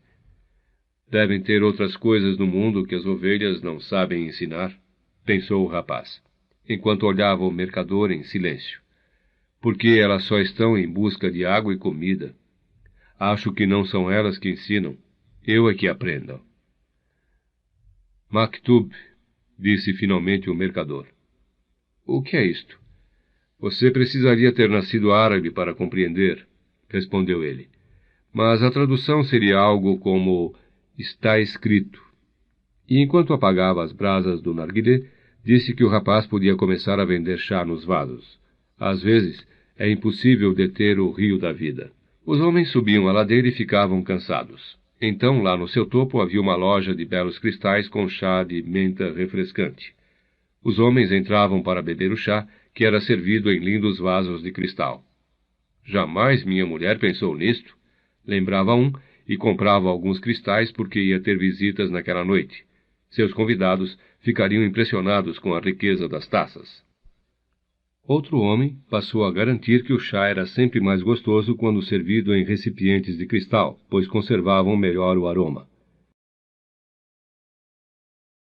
Um terceiro disse ainda que era tradição no Oriente utilizar vasos de cristal junto com chá por causa de seus poderes mágicos. Em pouco tempo a novidade se espalhou e muitas pessoas passaram a subir até o topo da ladeira para conhecer a loja que estava fazendo algo de novo num comércio tão antigo. Outras lojas de chá em copos de cristal foram abertas, mas não ficavam em cima de uma ladeira, e por isso estavam sempre vazias. Em pouco tempo, o mercador teve que contratar mais 2 empregados. Passou a importar, junto com os cristais, quantidades enormes de chá, que eram diariamente consumidas pelos homens e mulheres com sede de coisas novas. E assim transcorreram 6 meses. O rapaz acordou antes do sol nascer. Tinham-se passado 11 meses e 9 dias desde que ele havia pisado pela primeira vez no continente africano. Vestiu sua roupa árabe de linho branco, comprada especialmente para aquele dia. Colocou o lenço na cabeça, fixo por um anel feito de pele de camelo. Calçou as sandálias novas e desceu sem fazer qualquer ruído. A cidade ainda dormia. Ele fez um sanduíche de gergelim e bebeu chá quente no vaso de cristal. Depois sentou-se na soleira da porta, fumando sozinho o narguilé. Fumou em silêncio, sem pensar em nada, escutando apenas o ruído sempre constante do vento que soprava trazendo o cheiro do deserto. Depois que acabou de fumar, enfiou a mão num dos bolsos do traje e ficou alguns instantes contemplando o que havia retirado lá de dentro. Havia um grande maço de dinheiro, o suficiente para comprar 120 ovelhas, uma passagem de volta e uma licença de comércio entre seu país e o país onde estava. Esperou pacientemente que o velho acordasse e abrisse a loja. Os 2 então foram juntos tomar mais chá. Vou embora hoje, disse o rapaz. Tenho dinheiro para comprar minhas ovelhas. Você tem dinheiro para ir a Meca. O velho não disse nada. Peço sua bênção, insistiu o rapaz. Você me ajudou. O velho continuou a preparar o chá em silêncio. Depois de um certo tempo, porém, virou-se para o rapaz. Tenho orgulho de você, disse. Você trouxe alma para minha loja de cristais. Mas sabe que eu não vou a Meca. Como sabe que não voltará a comprar ovelhas? Quem lhe disse isto? Perguntou o rapaz assustado. Maktub, disse simplesmente o velho mercador de cristais. E o abençoou. O rapaz foi até seu quarto e juntou tudo o que tinha. Eram 3 sacolas cheias. Quando já estava saindo, notou que, num canto do quarto, havia seu velho alforje de pastor. Estava todo amassado, e ele quase nem se lembrava mais dele. Lá dentro estava ainda o mesmo livro e o casaco. Quando ele tirou o casaco, pensando em dar de presente para um rapaz na rua, as 2 pedras rolaram pelo chão, o Urim e o Tumim. O rapaz então se lembrou do velho rei, e ficou surpreso em perceber há quanto tempo não pensava mais nisto. Durante 1 ano, havia trabalhado sem parar, pensando apenas em conseguir dinheiro para não voltar de cabeça baixa para a Espanha. Nunca desista dos seus sonhos, havia falado o velho rei. Siga os sinais. O rapaz pegou o Urim e o Tumim no chão e teve novamente aquela estranha sensação de que o rei estava perto. Trabalhara duro durante 1 ano, e os sinais indicavam que agora era o momento de partir. Vou voltar exatamente a ser o que era antes, pensou o rapaz. E as ovelhas não me ensinaram a falar árabe. As ovelhas, entretanto, tinham ensinado uma coisa muito mais importante, que havia uma linguagem no mundo que todos compreendiam, e que o rapaz tinha utilizado durante todo aquele tempo para fazer a loja progredir. Era a linguagem do entusiasmo, das coisas feitas com amor e com vontade, em busca de algo que se deseja ou em que se acredita, Tanger já não era mais uma cidade estranha, e ele sentiu que, da mesma maneira que tinha conquistado aquele lugar, poderia conquistar o mundo. Quando você deseja uma coisa, todo o universo conspira para que possa realizá-la, havia falado o velho rei. Mas o velho rei não falara de assaltos, de desertos imensos, de pessoas que conhecem os seus sonhos, mas não desejam realizá-los. O velho rei não havia falado que as pirâmides eram apenas um monte de pedras, e qualquer um podia fazer um monte de pedras em seu quintal. E tinha se esquecido de dizer que quando se tem dinheiro para comprar um rebanho maior do que o que possuía, deve-se comprar este rebanho. O rapaz pegou o alforge e juntou com seus outros sacos. Desceu as escadas. O velho estava atendendo um casal estrangeiro, enquanto 2 outros fregueses andavam pela loja, tomando chá em vasos de cristal. Era um bom movimento para aquela hora da manhã. Do lugar onde estava, notou pela primeira vez que o cabelo do mercador lembrava muito o cabelo do velho rei. Lembrou-se do sorriso do doceiro no primeiro dia em Tanger, quando não tinha para onde ir, nem o que comer. Também aquele sorriso lembrava o velho rei. Como se ele tivesse passado por aqui e deixado uma marca, pensou. E cada pessoa não tivesse já conhecido este rei em algum momento de suas existências. Afinal de contas, ele disse que sempre aparecia para quem vive sua lenda pessoal. Saiu sem se despedir do mercador de cristais. Não queria chorar, porque as pessoas podiam ver, mas ia ter saudade de todo aquele tempo e de todas as coisas boas que havia aprendido. Estava mais confiante em si e tinha vontade de conquistar o mundo. Mas estou indo para os campos que já conheço, conduzir de novo as ovelhas. E não estava mais contente com sua decisão. Tinha trabalhado um ano inteiro para realizar um sonho, e este sonho, a cada minuto, ia perdendo sua importância. Talvez porque não fosse seu sonho. Quem sabe é melhor ser como o mercador de cristais. Nunca ir à Meca e viver da vontade de conhecê-la. Mas estava segurando o Urim e o Tumim nas mãos, e estas pedras lhe traziam a força e a vontade do velho rei. Por uma coincidência, ou um sinal, pensou o rapaz, ele chegou ao bar onde havia entrado no primeiro dia. Não havia mais o ladrão, e o dono lhe trouxe uma xícara de chá. Sempre poderei voltar a ser pastor, pensou o rapaz. Aprendi a cuidar das ovelhas, e nunca mais me esquecerei de como elas são. Mas talvez não tenha outra oportunidade de chegar até as pirâmides do Egito. O velho tinha um peitoral de ouro e sabia minha história. Era um rei de verdade, um rei sábio. Estava apenas a 2 horas de barco das planícies de Andaluzia, mas havia um deserto inteiro entre ele e as pirâmides. O rapaz percebeu talvez esta maneira de pensar a mesma situação. Na verdade, ele estava 2 horas mais perto do seu tesouro, mesmo que para caminhar estas 2 horas tivesse demorado quase um ano inteiro. Sei porque quero voltar para minhas ovelhas. Eu já conheço as ovelhas. Não dão muito trabalho e podem ser amadas. Não sei se o deserto pode ser amado, mas é o deserto que esconde o meu tesouro. Se eu não conseguir encontrá-lo, poderei sempre voltar para casa.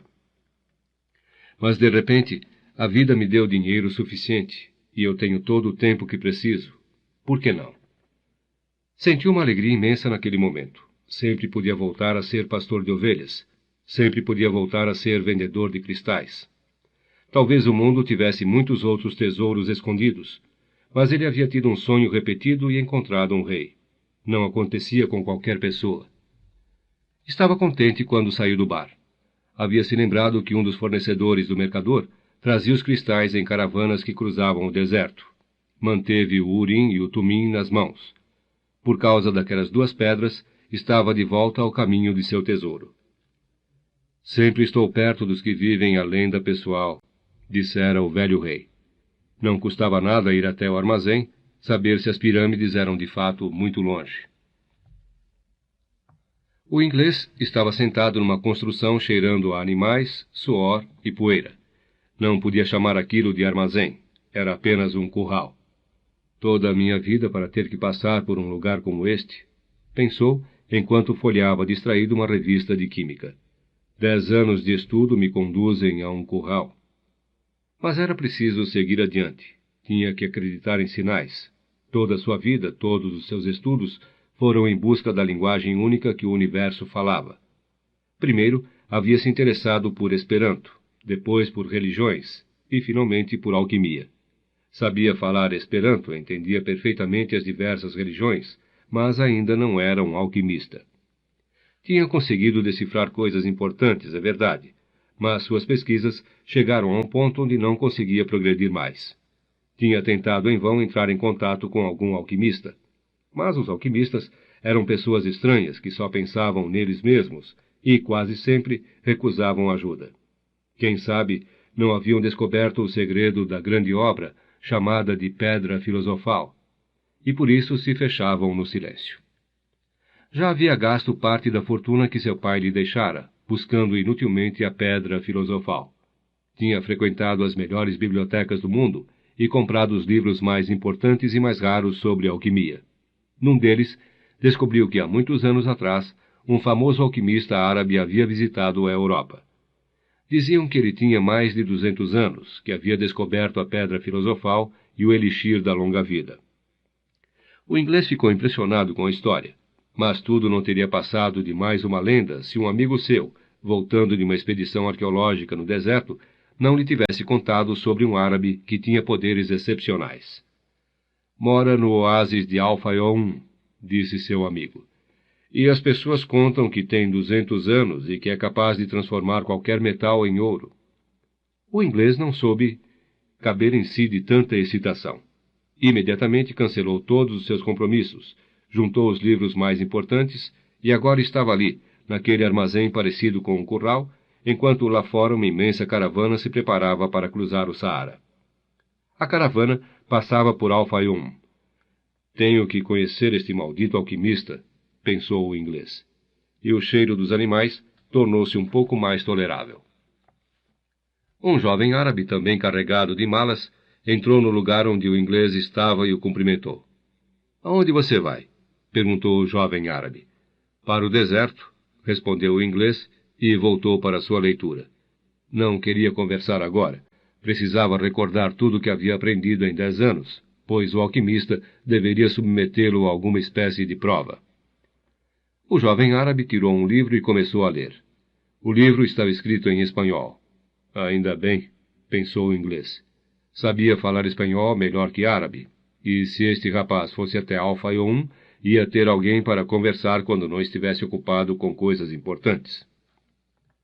Que coisa engraçada, pensou o rapaz, enquanto tentava mais uma vez ler a cena do enterro que iniciava o livro. Faz quase 2 anos que comecei a ler e não consigo passar destas páginas. Mesmo sem um rei para interrompê-lo, ele não conseguia se concentrar. Ainda estava em dúvida quanto à sua decisão. Mas estava percebendo uma coisa importante. As decisões eram apenas o começo de alguma coisa. Quando alguém tomava uma decisão, na verdade estava mergulhando numa correnteza poderosa que levava a pessoa para um lugar que jamais havia sonhado na hora de decidir. Quando resolvi ir em busca do meu tesouro, nunca imaginei trabalhar numa loja de cristais, pensou o rapaz para confirmar seu raciocínio. Da mesma maneira, esta caravana pode ser uma decisão minha, mas seu percurso será sempre um mistério. Na sua frente havia um europeu também lendo um livro. O europeu era antipático e tinha olhado com desprezo quando ele entrou. Podiam até ter se tornado bons amigos, mas o europeu havia interrompido a conversa. O rapaz fechou o livro. Não queria fazer nada que o deixasse parecido com aquele europeu. Tirou o urim e o tumim do bolso e começou a brincar com eles. O estrangeiro deu um grito. Um urim e um tumim? O rapaz, mais que depressa, guardou as pedras no bolso. Não estão à venda, disse. Não valem muito, disse o inglês. São cristais de rocha, nada mais. Há milhões de cristais de rocha na Terra, mas para quem entende, estes são urim e tumim. Não sabia que eles existiam nesta parte do mundo. Foi o presente de um rei, disse o rapaz. O estrangeiro ficou mudo. Depois, enfiou a mão no bolso e retirou tremendo 2 pedras iguais. Você falou em um rei? Disse. E você não acredita que os reis conversem com pastores? Disse o rapaz, desta vez querendo encerrar a conversa. Ao contrário, Os pastores foram os primeiros a reconhecer um rei que o resto do mundo recusou-se a conhecer. Por isso é muito provável que os reis conversem com pastores. E completou, com medo que o rapaz não estivesse entendendo. Está na Bíblia, no mesmo livro que me ensinou a fazer este Urim e este Tumim. Estas pedras eram a única forma de adivinhação permitida por Deus. Os sacerdotes as carregavam num peitoral de ouro. O rapaz ficou contente de estar naquele armazém. Talvez isto seja um sinal, disse o inglês, como quem pensa alto. Quem lhe falou em sinais? O interesse do rapaz crescia a cada momento. Tudo na vida são sinais, disse o inglês, desta vez fechando a revista que estava lendo. O universo é feito por uma língua que todo mundo entende, mas que já se esqueceu. Estou procurando esta linguagem universal, além de outras coisas. Por isso estou aqui, porque tenho que encontrar um homem que conhece esta linguagem universal, um alquimista. A conversa foi interrompida pelo chefe do armazém. Vocês estão com sorte, disse o árabe gordo. Sai hoje à tarde uma caravana para Al-Fayum. Mas eu vou ao Egito, disse o rapaz. Al-Fayum é no Egito, disse o dono. Que tipo de árabe você é? O rapaz disse que era espanhol. O inglês ficou satisfeito. Mesmo vestido como árabe, o rapaz pelo menos era europeu. Ele chama de sorte os sinais, disse o inglês, depois que o gordo árabe saiu. Se eu pudesse, escreveria uma gigantesca enciclopédia sobre as palavras sorte e coincidência. É com estas palavras que se escreve a linguagem universal. Depois comentou com o rapaz que não havia sido coincidência encontrá-lo como o Urim e o Tumim na mão. Perguntou se ele também estava indo em busca do alquimista. Estou indo em busca de um tesouro, disse o rapaz, e arrependeu-se imediatamente. Mas o inglês pareceu não dar importância. De certa forma, eu também estou, disse. E nem sei o que quer dizer alquimia, completou o rapaz, quando o dono do armazém começou a chamá-los para fora. Eu sou o líder da caravana, disse um senhor de barba longa e olhos escuros. Tenho poder de vida e de morte sobre cada pessoa que carrego, porque o deserto é uma mulher caprichosa e às vezes deixa os homens loucos. Haviam quase 200 pessoas e o dobro de animais. Eram camelos, cavalos, burros, aves. O inglês tinha várias malas cheias de livros. Havia mulheres, crianças e vários homens com espadas na cintura e longas espingardas nos ombros. Um imenso burburinho enchia o local, e o líder teve que repetir várias vezes suas palavras para que todos entendessem. Há vários homens e deuses diferentes no coração destes homens, mas meu único Deus é Alá, e por ele eu juro que farei o possível e o melhor para vencer mais uma vez o deserto. Agora quero que cada um de vocês jure pelo Deus em que acredita, no fundo do seu coração, de que irá me obedecer em qualquer circunstância. No deserto, a desobediência significa a morte. Um murmúrio correu baixo por todas as pessoas. Estavam jurando em voz baixa diante de seu Deus. O rapaz jurou por Jesus Cristo. O inglês ficou em silêncio. O murmúrio se estendeu um tempo maior do que uma simples jura. As pessoas também estavam pedindo proteção aos céus. Ouviu-se um longo toque de clarim e cada um montou em seu animal.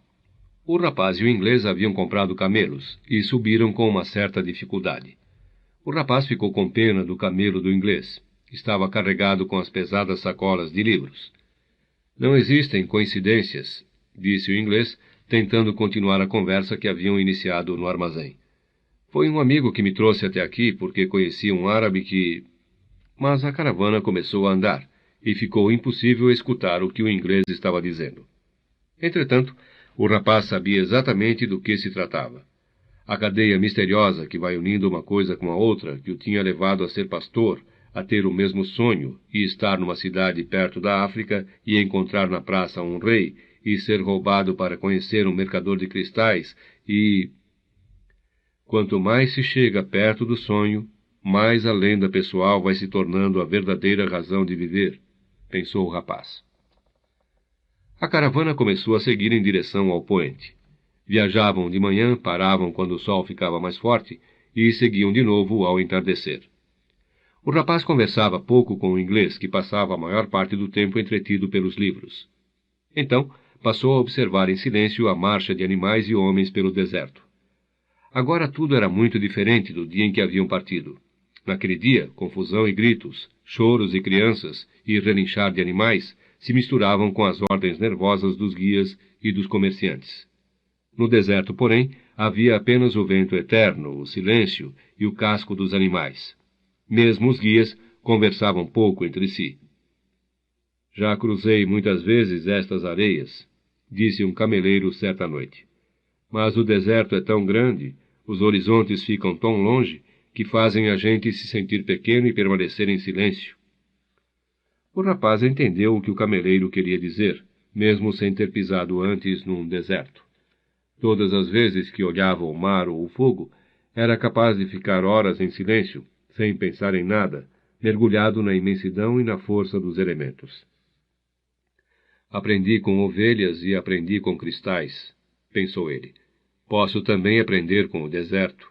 Ele me parece mais velho e mais sábio. O vento não parava nunca. O rapaz lembrou-se do dia em que sentiu este mesmo vento sentado num forte em Tarifa. Talvez ele agora estivesse roçando de leve pela lã de suas ovelhas, que seguiam em busca de alimento e água pelos campos de Andaluzia. Não são mais minhas ovelhas, disse para si mesmo, sem sentir saudades. Devem ter se acostumado a um novo pastor e já me esqueceram. Isto é bom. Quem está acostumado a viajar como as ovelhas sabe que é sempre necessário partir um dia. Lembrou-se depois da filha do comerciante e teve certeza de que ela já havia casado. Quem sabe com um pipoqueiro ou com um pastor que também soubesse ler e contasse histórias extraordinárias. Afinal, ele não devia ser o único. Mas ficou impressionado com o seu pressentimento. Talvez ele estivesse aprendendo também esta história de linguagem universal, que sabe o passado e o presente de todos os homens. Pressentimentos, como sua mãe costumava dizer. O rapaz começou a entender que os pressentimentos eram os rápidos mergulhos que a alma dava nesta corrente universal de vida, onde a história de todos os homens está ligada entre si, e podemos saber tudo, porque tudo está escrito. Maktub, disse o rapaz, lembrando-se do mercador de cristais. O deserto era às vezes feito de areia e às vezes feito de pedra. Se a caravana chegava em frente a uma pedra, ela a contornava. Se estavam diante de um rochedo, davam uma longa volta. Se a areia era fina demais para o casco dos camelos, procuravam um lugar onde a areia fosse mais resistente. Às vezes, o chão estava coberto de sal, no lugar onde um lago devia haver existido. Os animais então se queixavam, e os cameleiros desciam e desatolavam os animais. Depois colocavam as cargas nas próprias costas, passavam pelo chão traiçoeiro e novamente carregavam os animais. Se um guia ficava doente ou morria, os cameleiros lançavam a sorte e escolhiam um novo guia. Mas tudo isto acontecia por uma única razão. Não importava quantas voltas tivesse que dar, a caravana seguia sempre em direção ao mesmo ponto. Depois de vencidos os obstáculos, ela voltava de novo sua frente para o astro que indicava a posição do oásis. Quando as pessoas viam aquele astro brilhando no céu pela manhã, sabiam que ele indicava um lugar com mulheres, água, tâmaras e palmeiras. Só o inglês não percebia aquilo. Estava a maior parte do tempo imerso na leitura dos seus livros. O rapaz também tinha um livro que havia tentado ler nos primeiros dias de viagem, mas achava muito mais interessante olhar a caravana e escutar o vento. Assim que aprendeu a conhecer melhor seu camelo e a se afeiçoar a ele, jogou o livro fora. Era um peso desnecessário, apesar do rapaz haver criado a superstição de que toda vez que abria o livro, encontrava alguém importante. Terminou fazendo amizade com o cameleiro que viajava sempre ao seu lado. De noite, quando paravam em volta das fogueiras, costumava contar suas aventuras como pastor ao cameleiro. Numa destas conversas, o cameleiro começou a falar de sua vida. Eu morava num lugar perto de El Cairum, contou. Tinha minha horta, meus filhos, e uma vida que não ia mudar até o dia de minha morte. No ano em que a colheita foi melhor, seguimos todos para Meca, e eu cumpri a única obrigação que estava faltando na minha vida. Podia morrer em paz, e gostava disto. Certo dia, a terra começou a tremer, e o Nilo subiu além do seu limite. Aquilo que eu pensava que só acontecia com os outros, terminou acontecendo comigo. Meus vizinhos tiveram medo de perder suas oliveiras com a inundação. Minha mulher teve receio de que nossos filhos fossem levados pelas águas, e eu tive pavor de ver destruído tudo o que havia conquistado. Mas não houve jeito. A terra ficou imprestável e tive que arranjar outro meio de vida. Hoje sou cameleiro, mas aí entendi a palavra de Alá. Ninguém sente medo do desconhecido porque qualquer pessoa é capaz de conquistar tudo o que quer e necessita. Só sentimos medo de perder aquilo que temos, sejam nossas vidas ou nossas plantações. Mas este medo passa quando entendemos que nossa história e a história do mundo foram escritas pela mesma mão.